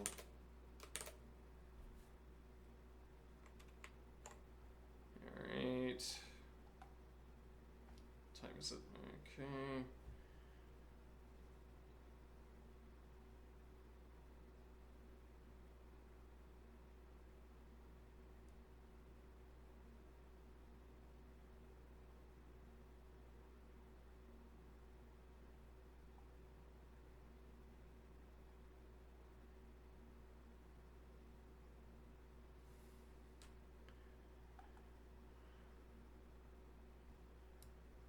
Alright, so let's see, these are going to be calls to left-right scan. The point of this is that... The point of this is that we would only pass.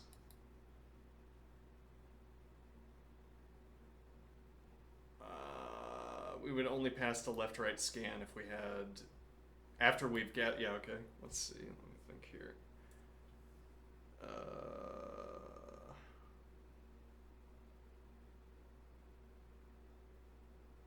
So it would only be after we have encountered a value outside of the range that we would transfer to left-right scan. Interesting. However, I have to take a sudden and unexpected break. I'll be right back.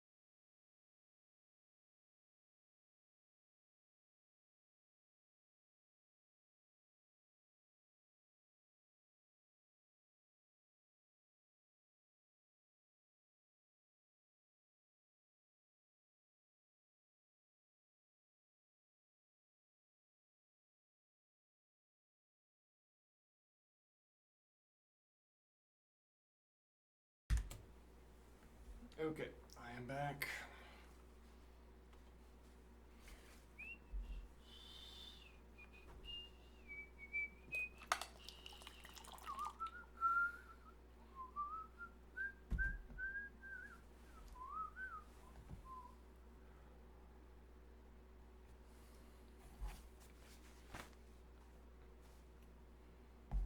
Okay, let's see. Left, right, scan. Okay, so now the idea would be that... No, I don't think we want to do that. I think we'll cycle through...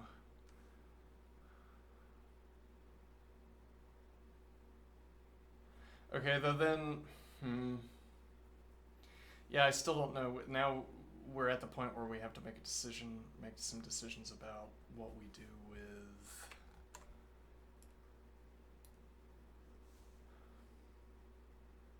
What we do about the overlapping case, and I don't have a conception of that yet.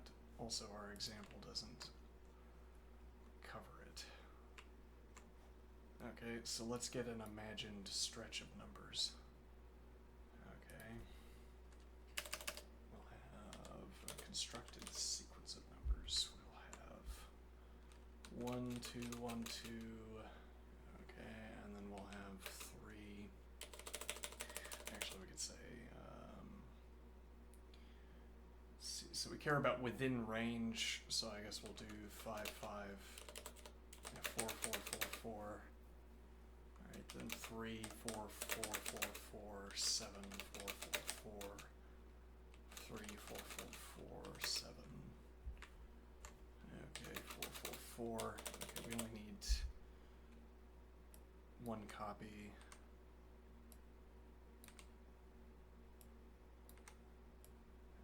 Okay. Keep this condensed, and I'm going to do 2 7s in a row. Alright. Yeah, okay, 4. Alright. Now this is sort of the complete combination of overlapping in a way. We have 4, so a number on, we have this 4, which could represent as many in-between values as we want over here on the left. Then we have 3, the lower bound. Then we have this 4, which represents as many between values as we want. Then we have the upper bound, now another value in between, and then the lower bound. Actually, what this doesn't represent is here. Okay, so now might not matter, but might. All right, so now we have the 2 critical values adjacent, then we have as many values as we want between, and then we have the 2 upper values, as many values as we want between. And then there's no additional lower value. And you could swap the upper and the lower values at least 1 to 1 and retain an example. So now we would give this, this would be 2, 1, 2, 3, 1, 2, 3, 2, 3, 2 in our rendering. Okay.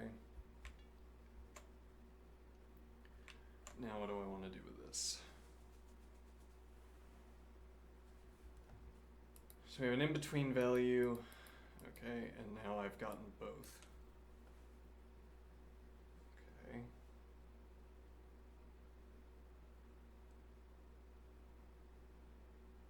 Actually, there's another case this doesn't cover. Okay, now 2, 1, alright. Now, so we get the lower value, then we get some in-between values, we get another lower value, in-between values, and then we get an upper value. Okay, what do we want to do here?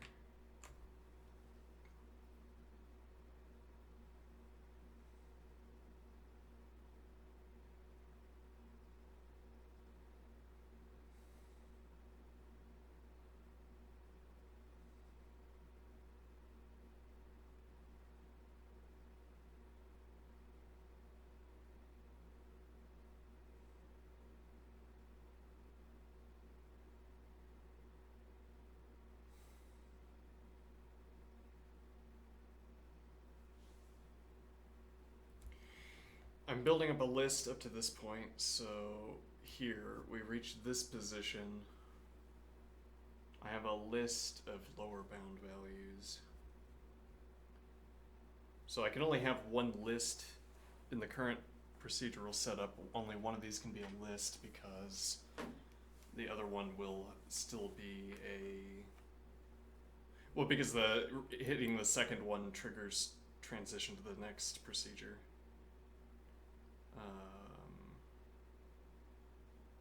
Okay. Now...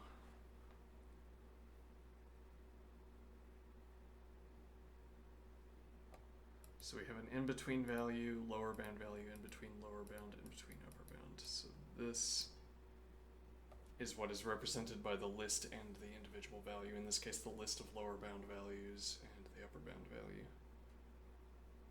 Okay. So let's... Okay. Now what do I want to do with this?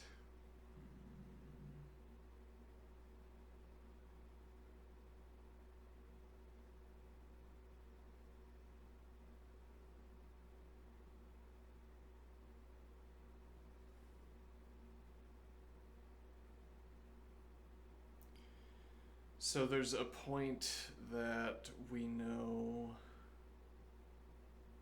one of these is a list and the other is a value, and we know which one is which. Okay. If I took the most recent one, we're visualizing this as going to the left, though in actuality we're scanning to the right. Maybe we want to make that consistent. Alright, in this case we have two upper bounds in a row and then a lower bound, so this will be our...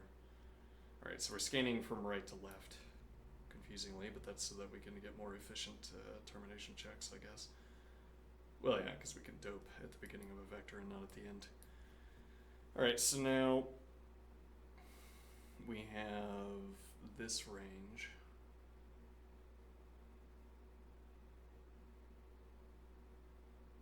Okay.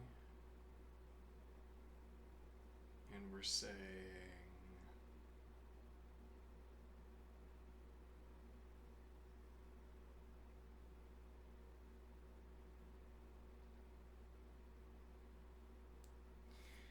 Well, this would be the most recent, so this is the value that would be on top of the upper bound list.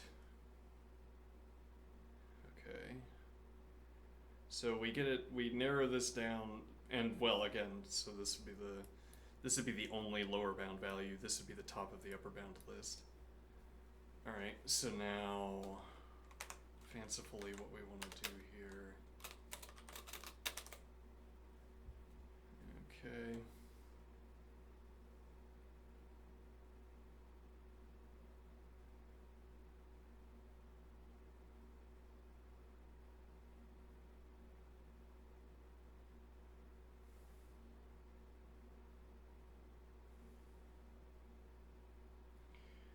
Now, the idea is that we can't adjust this. I'm trying to think here. Well, so we would be covering an entire stretch between zeros. So if I put out here 8 and I put out here 2, okay, then we would have 0 and 0 for outside of range.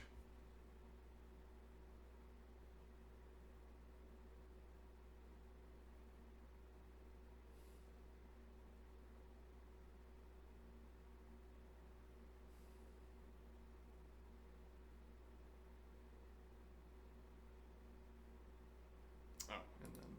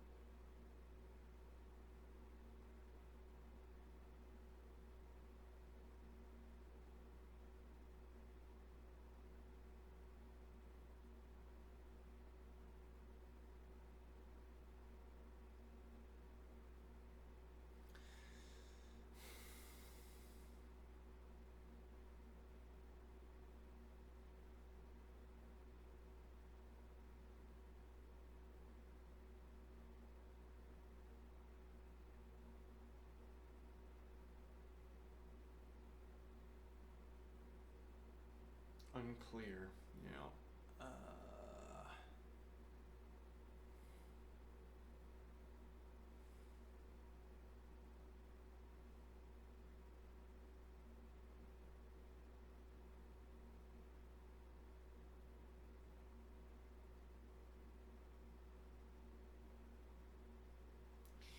Well, so my original thought here is that everything before this point can be treated as if it's between, as if it's a 2, because, well, so for the purposes of creating a multiplier, if this is our way of solving the problem, this is a multiplier of 5.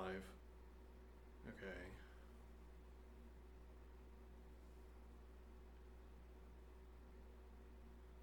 That changes, so that changes when we get to this 1.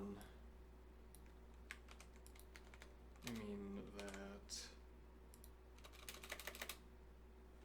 I guess I'll put, actually multiplier of 4. Oh, hold on. Multiplier of 3, why did I say 5? It doesn't matter. Alright, we have a multiplier of 3. And then we have, let's see, I'm going to keep the arrow here and say multiplier of 2.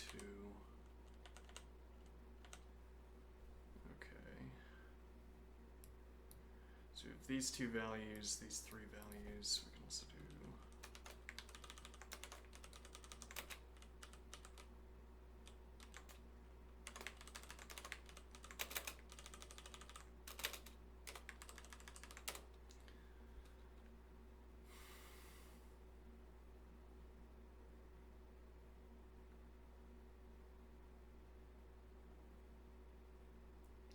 yeah, this is combinatorics, and combinatorics is difficult.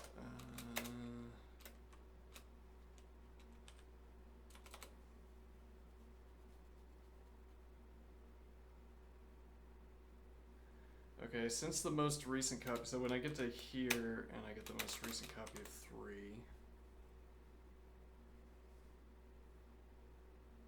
that's not the most recent copy of 3.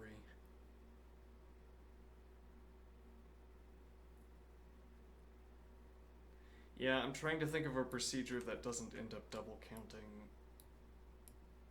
doesn't end up expanding outward and double counting the full range or sub-ranges.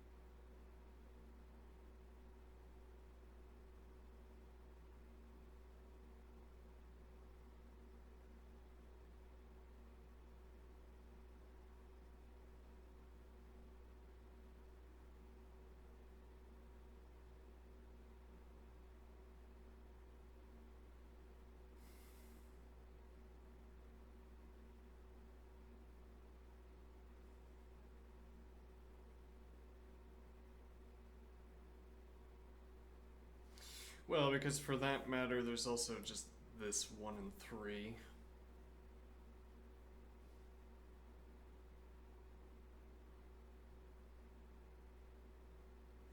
Well, yeah, and an alternative here would be to do,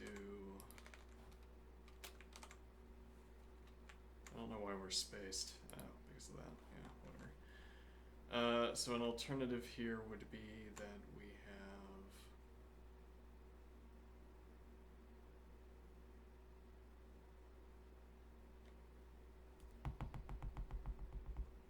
well, so 3, 2, 3, 2, 1, and then these addenda would be captured by 1, 2, 3, and then expanding outward in either direction.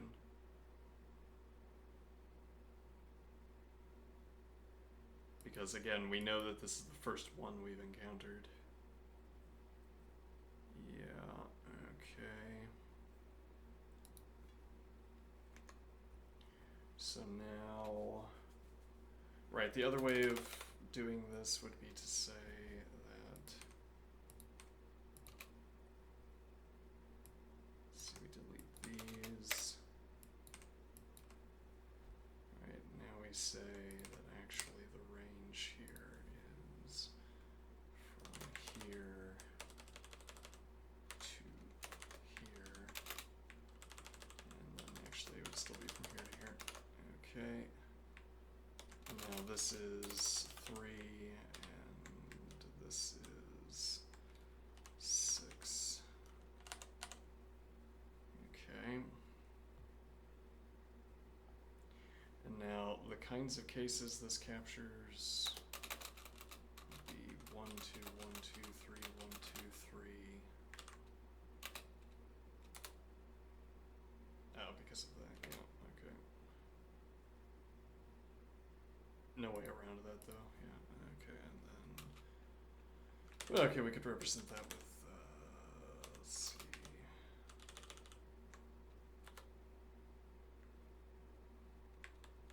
Okay, and then 2, 3, 2, and then,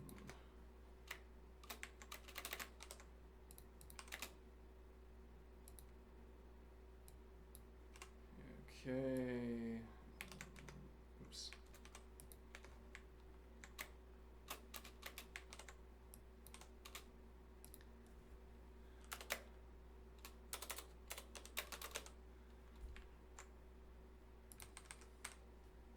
Okay, and then we would be down to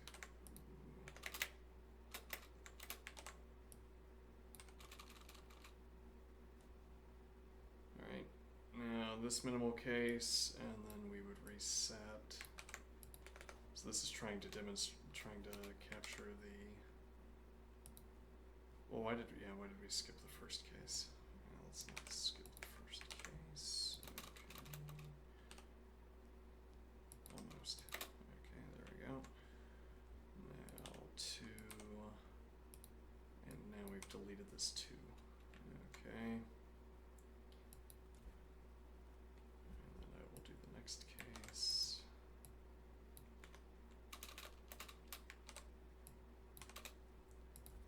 Okay.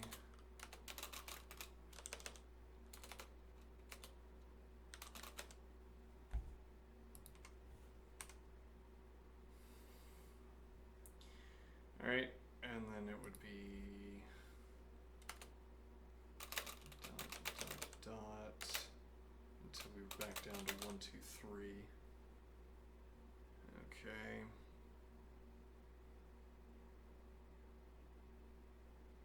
I guess we can show the penultimate case, which would be that we have 2. Now we can do 2, 3.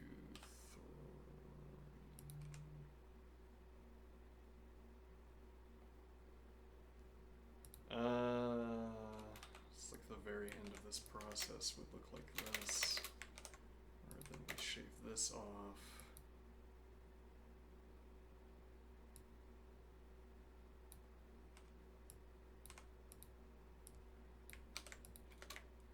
Okay. Oops.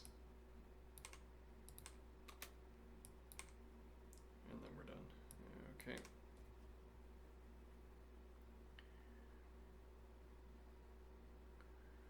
Now, so, supposing we understand what these dot dot dots mean.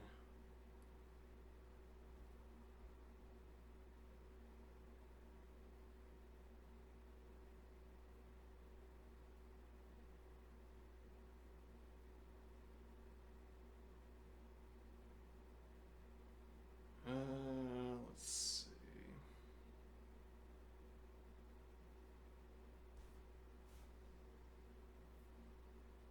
Now the question is, we need to take a step beyond 1, 2, 3. Okay, however, that means we need to drop this 3. Okay, and the next core becomes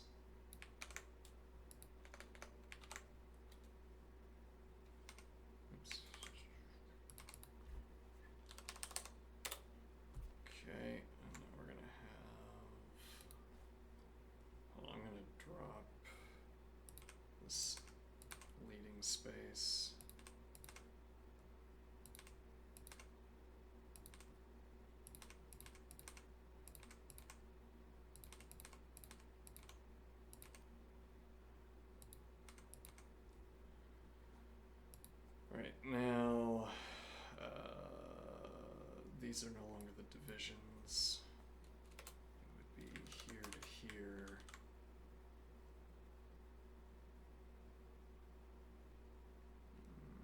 Actually, it would be here to here, here. Okay, however, that's going to produce obvious duplicates. So the question is, where do we cut off? Where do we cut off this process to avoid the duplicates? So clearly we need to switch over to having 3 and 1.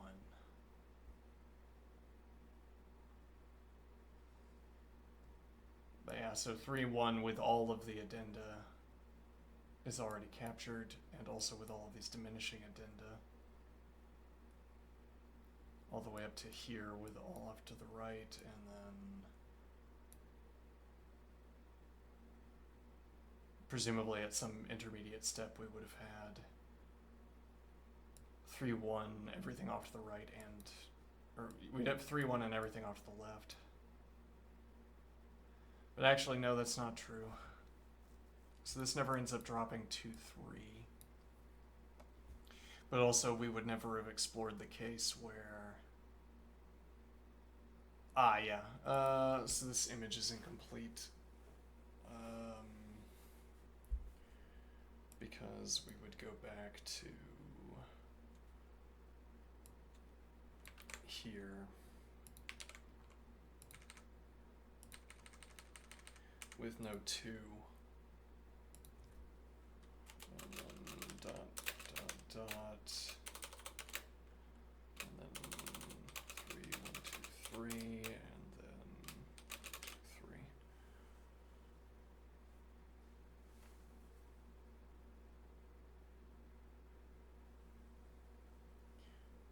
So now what strikes me is that we should be able to... this gets horrible. Yeah, we're definitely not finishing this. Nevertheless, valuable investigations. Oh, anybody in chat? I haven't checked in a while. Let's see. Light romanticism in a nutshell, especially in classical. That was when I was talking about... Plausibly, that's when I was talking about, right, 80s romance music that sounds more like revenge fantasy, or I don't know, where the lyrics are no good.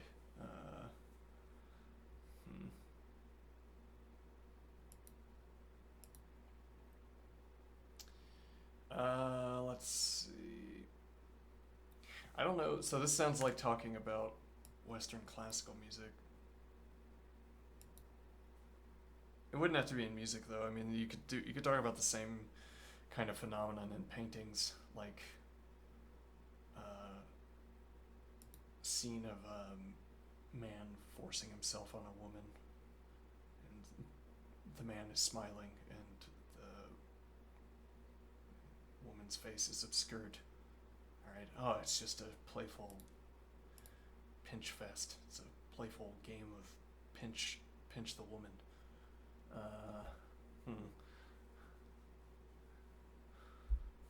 Anyway, let's see.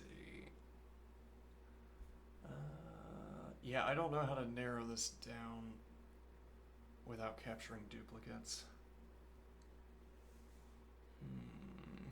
Well, we did say efficiency was no object, so I guess we could create lists and run an equality check, but actually there is time limiting it. There are, okay, so efficiency is an object, it's just we're laxing the standards.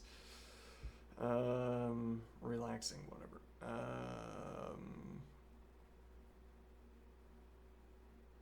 Laxing.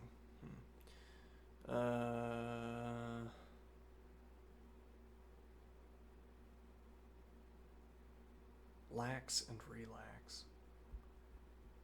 So if we reset the center of this to be here, now the point would be this full range would be captured already in the above example. Okay.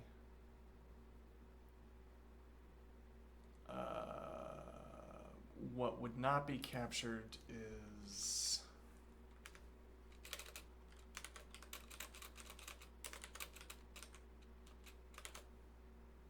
let me think here. 2. This, where we've sheared off the 3. So we would have some mechanism that tells us we can shear off the 3 while keeping the constraint of having min and max. Okay, and then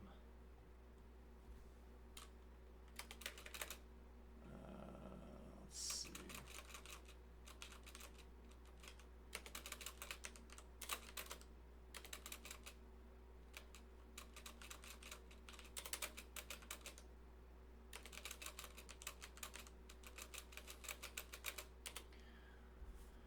All right, compression, high compression here, yeah, and then let's see. Speaking of compression, I guess I could put on a knee brace if I'm gonna do running today. Maybe I just start running with a knee brace on. I don't know. Let's see. All right, so we arrive back at 3-1. And now we shed a 1. Okay, so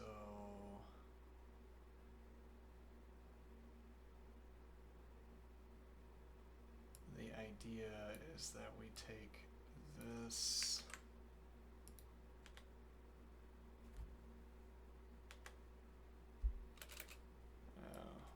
let's see.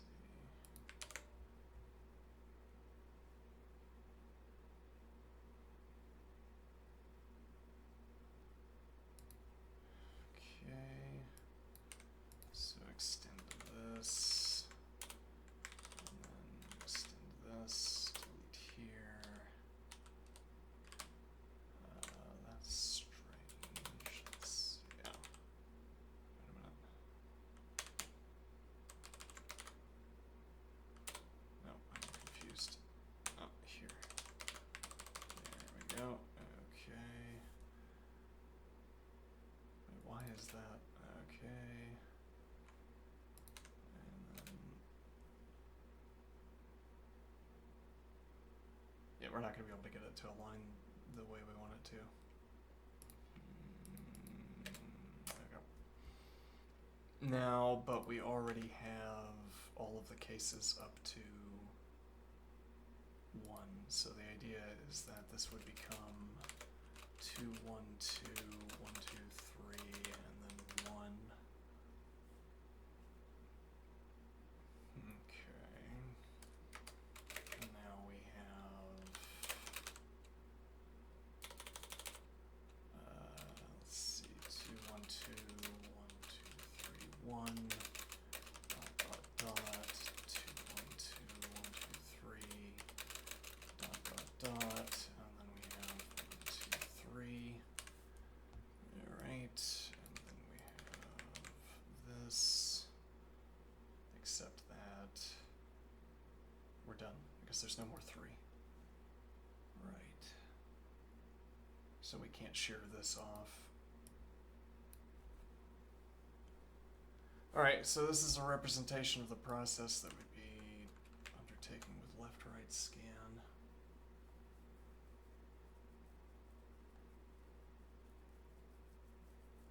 Can we code that?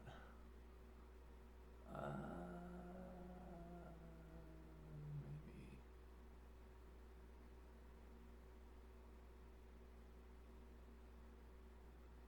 Yeah, though, I mean, in each case, this looks like a complicated process, but I mean, we can simplify this with arithmetic because we can, we have 2, 3, 2, and then this number. It's just a multiplier. The real question is, yeah, so in each of these cases, this dot, dot, dotted process is handled by arithmetic. So that's not so complicated. This is merely representing what process we would be undertaking if we were multiplying. So this is going to be 3 times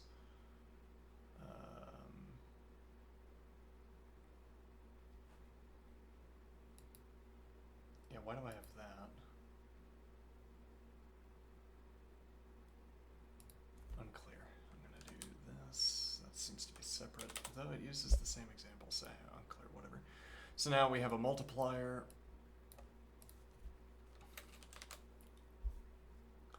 So we say 3 times 6. Okay. And this is the process of multiplying 3 times 6. Okay. And then we do what?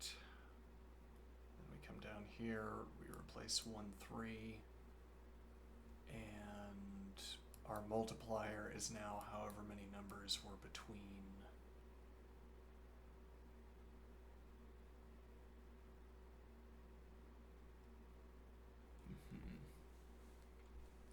What if we had 0 distance between? Interesting.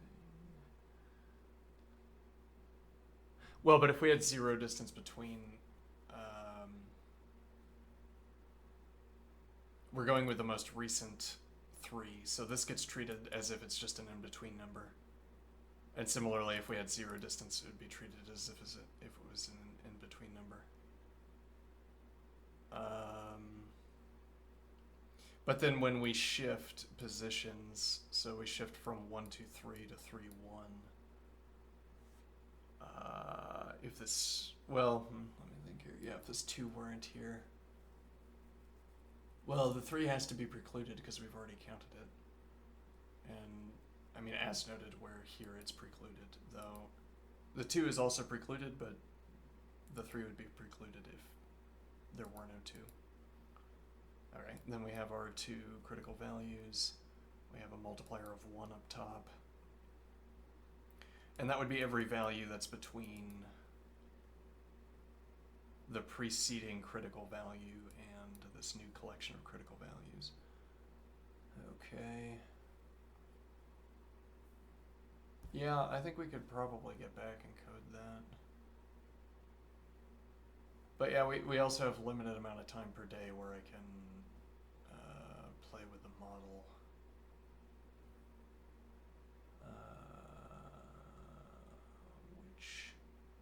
Yeah, we're going to be doing that during the exercise segment. I mean, I guess it ends up being 5 hours a day that we'd be potentially spending interacting with the model. But I'm currently leaning towards trying to have the model teach me how to code some language, learning some new language with the model. Maybe lean, though I guess we'll ask how well the model knows lean. It's convenient that so much lean code is going to be published in libraries and so on with no copyright. Anyway, let's stand up.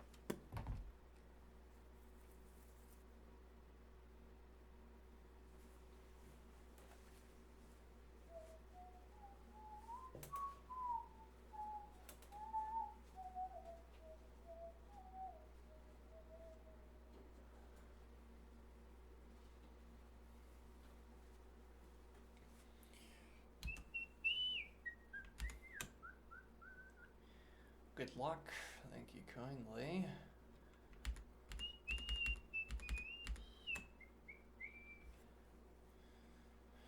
All right.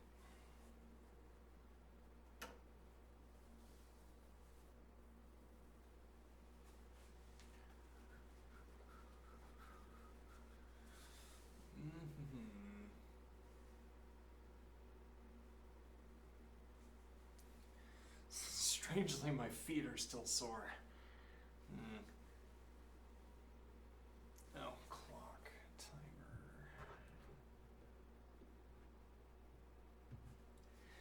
yeah, after interacting with the model, I find the argument that we should abolish intellectual property more compelling.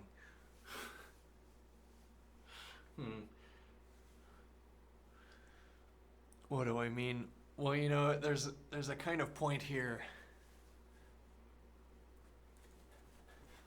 There's like some critical, so I'm imagining, some critical state of affairs where it's like we've cured every disease. We have the capacity to meet every want, every lack as a species. And then we continue not to do it because people make money by maintaining scarcity. And the idea here is merely that, well, we're somewhere along that path. So I mean, the argument for intellectual property, such as it is that it stimulates innovation. Well, I'd say stimulates innovation, but that's kind of a vague description. It's better to say that without intellectual property protections, you can't make a living coming up with ideas. You can only make a living implementing ideas.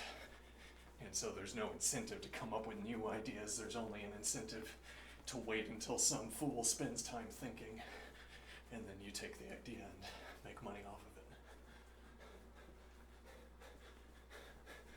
So, ostensibly, intellectual property is about creating an environment where people can afford to think, which is not otherwise affordable. It's expensive to think. It takes time. You do it instead of spending time with your family, friends. Do it instead of going to parties. You don't want your people who do all of your thinking in your society ending up destitute or living in basements as neats.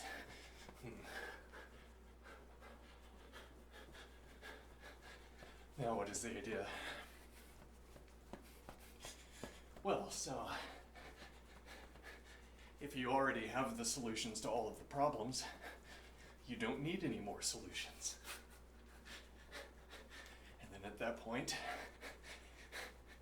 you don't need people, you don't have to have people thinking, as it were.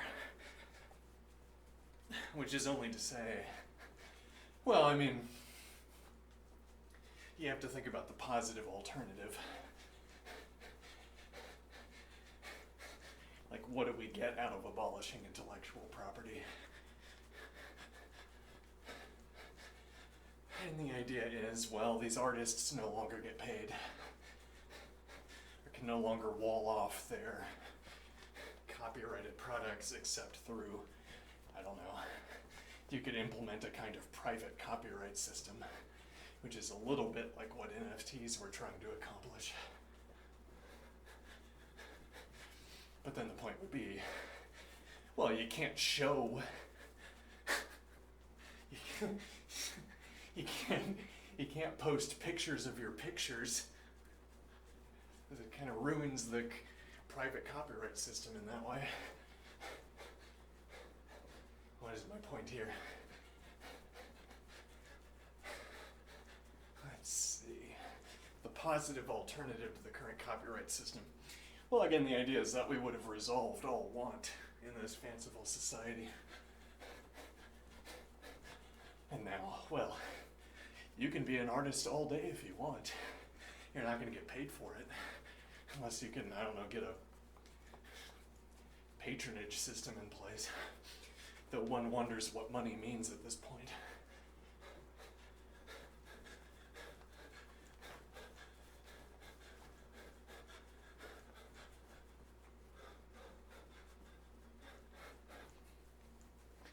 Now, what is the idea? I'm less sympathetic.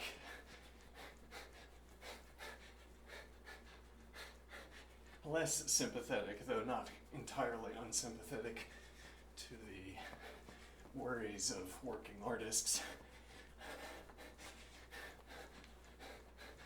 Yeah. Well, we live in a society where money has a strong sway, where you're motivated to obtain it because otherwise you can't afford rent or eat. And so my sympathy comes from the fact that these people will not be making money. Yeah, well, they won't be able to persist in their efforts. They've devoted themselves to this, and in an ideal society, you'd be able to devote yourself to art your entire life, if that's what you preferred. Well, ideal post-scarcity society. Now, but what is the point here? Well, we're not thinking about... Well, yes, you present the crassest possible examples. This person stole my art style so that they could depict, I don't know, Karl Marx eating a cheeseburger or something. I don't know why they wanted to depict that. They wanted to make a meme out of it or something. And I got no credit. Okay. Or I don't want to name the crassest examples because I am offended by them also, but... So we won't name the actual crassest example. Now, so you present the crassest possible example and you say, is this what we get out of me losing my rights to my art? Because it's not worth. Yeah. And then you ignore. You focus in on this crassest example and you ignore the field, which is that the creative possibilities opened up for everyone else. If you want to be creative, learn how to do it by hand. No, I don't have time. If you want to be creative, if you want to fulfill your creative vision, have a huge pile of money and hire entire art departments and render farms and effectively be Hollywood. If you want to be creative, be Hollywood, okay? This is what I take you to be saying.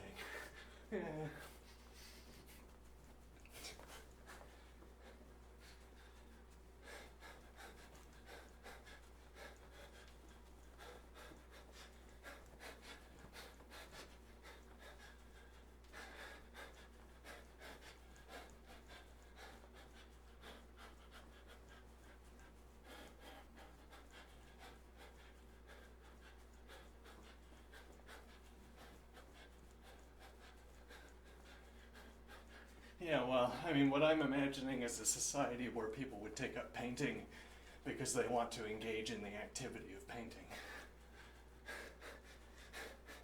Where you acquire the skill of painting because you want to see what it's like to be skilled at painting.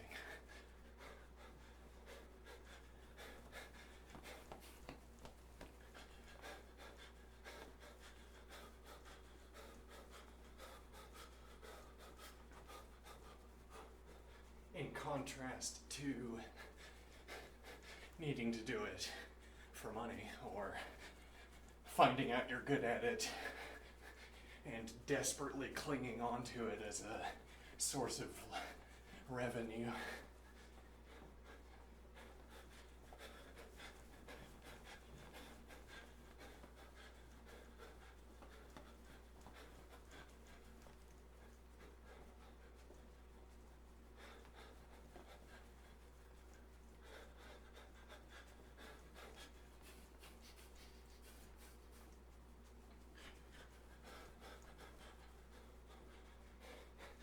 I mean, the kind of,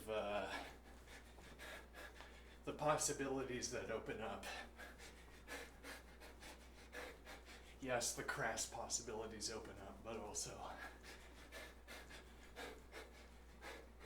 Yes, well, that's another point. I want my mathematical ideas, my constructions to be represented in art, in paintings, in this kind of art style. Okay?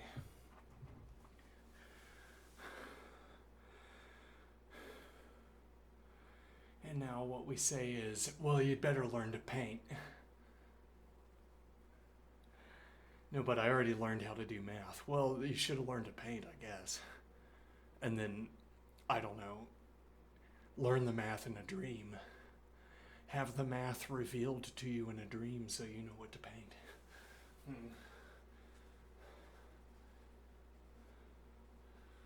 Anyway, I don't know what any of that meant. Alright, I'll take a break, I'll eat lunch, and then I will return. Hopefully I'll have an idea about what we should do at that point. See you soon. Okay.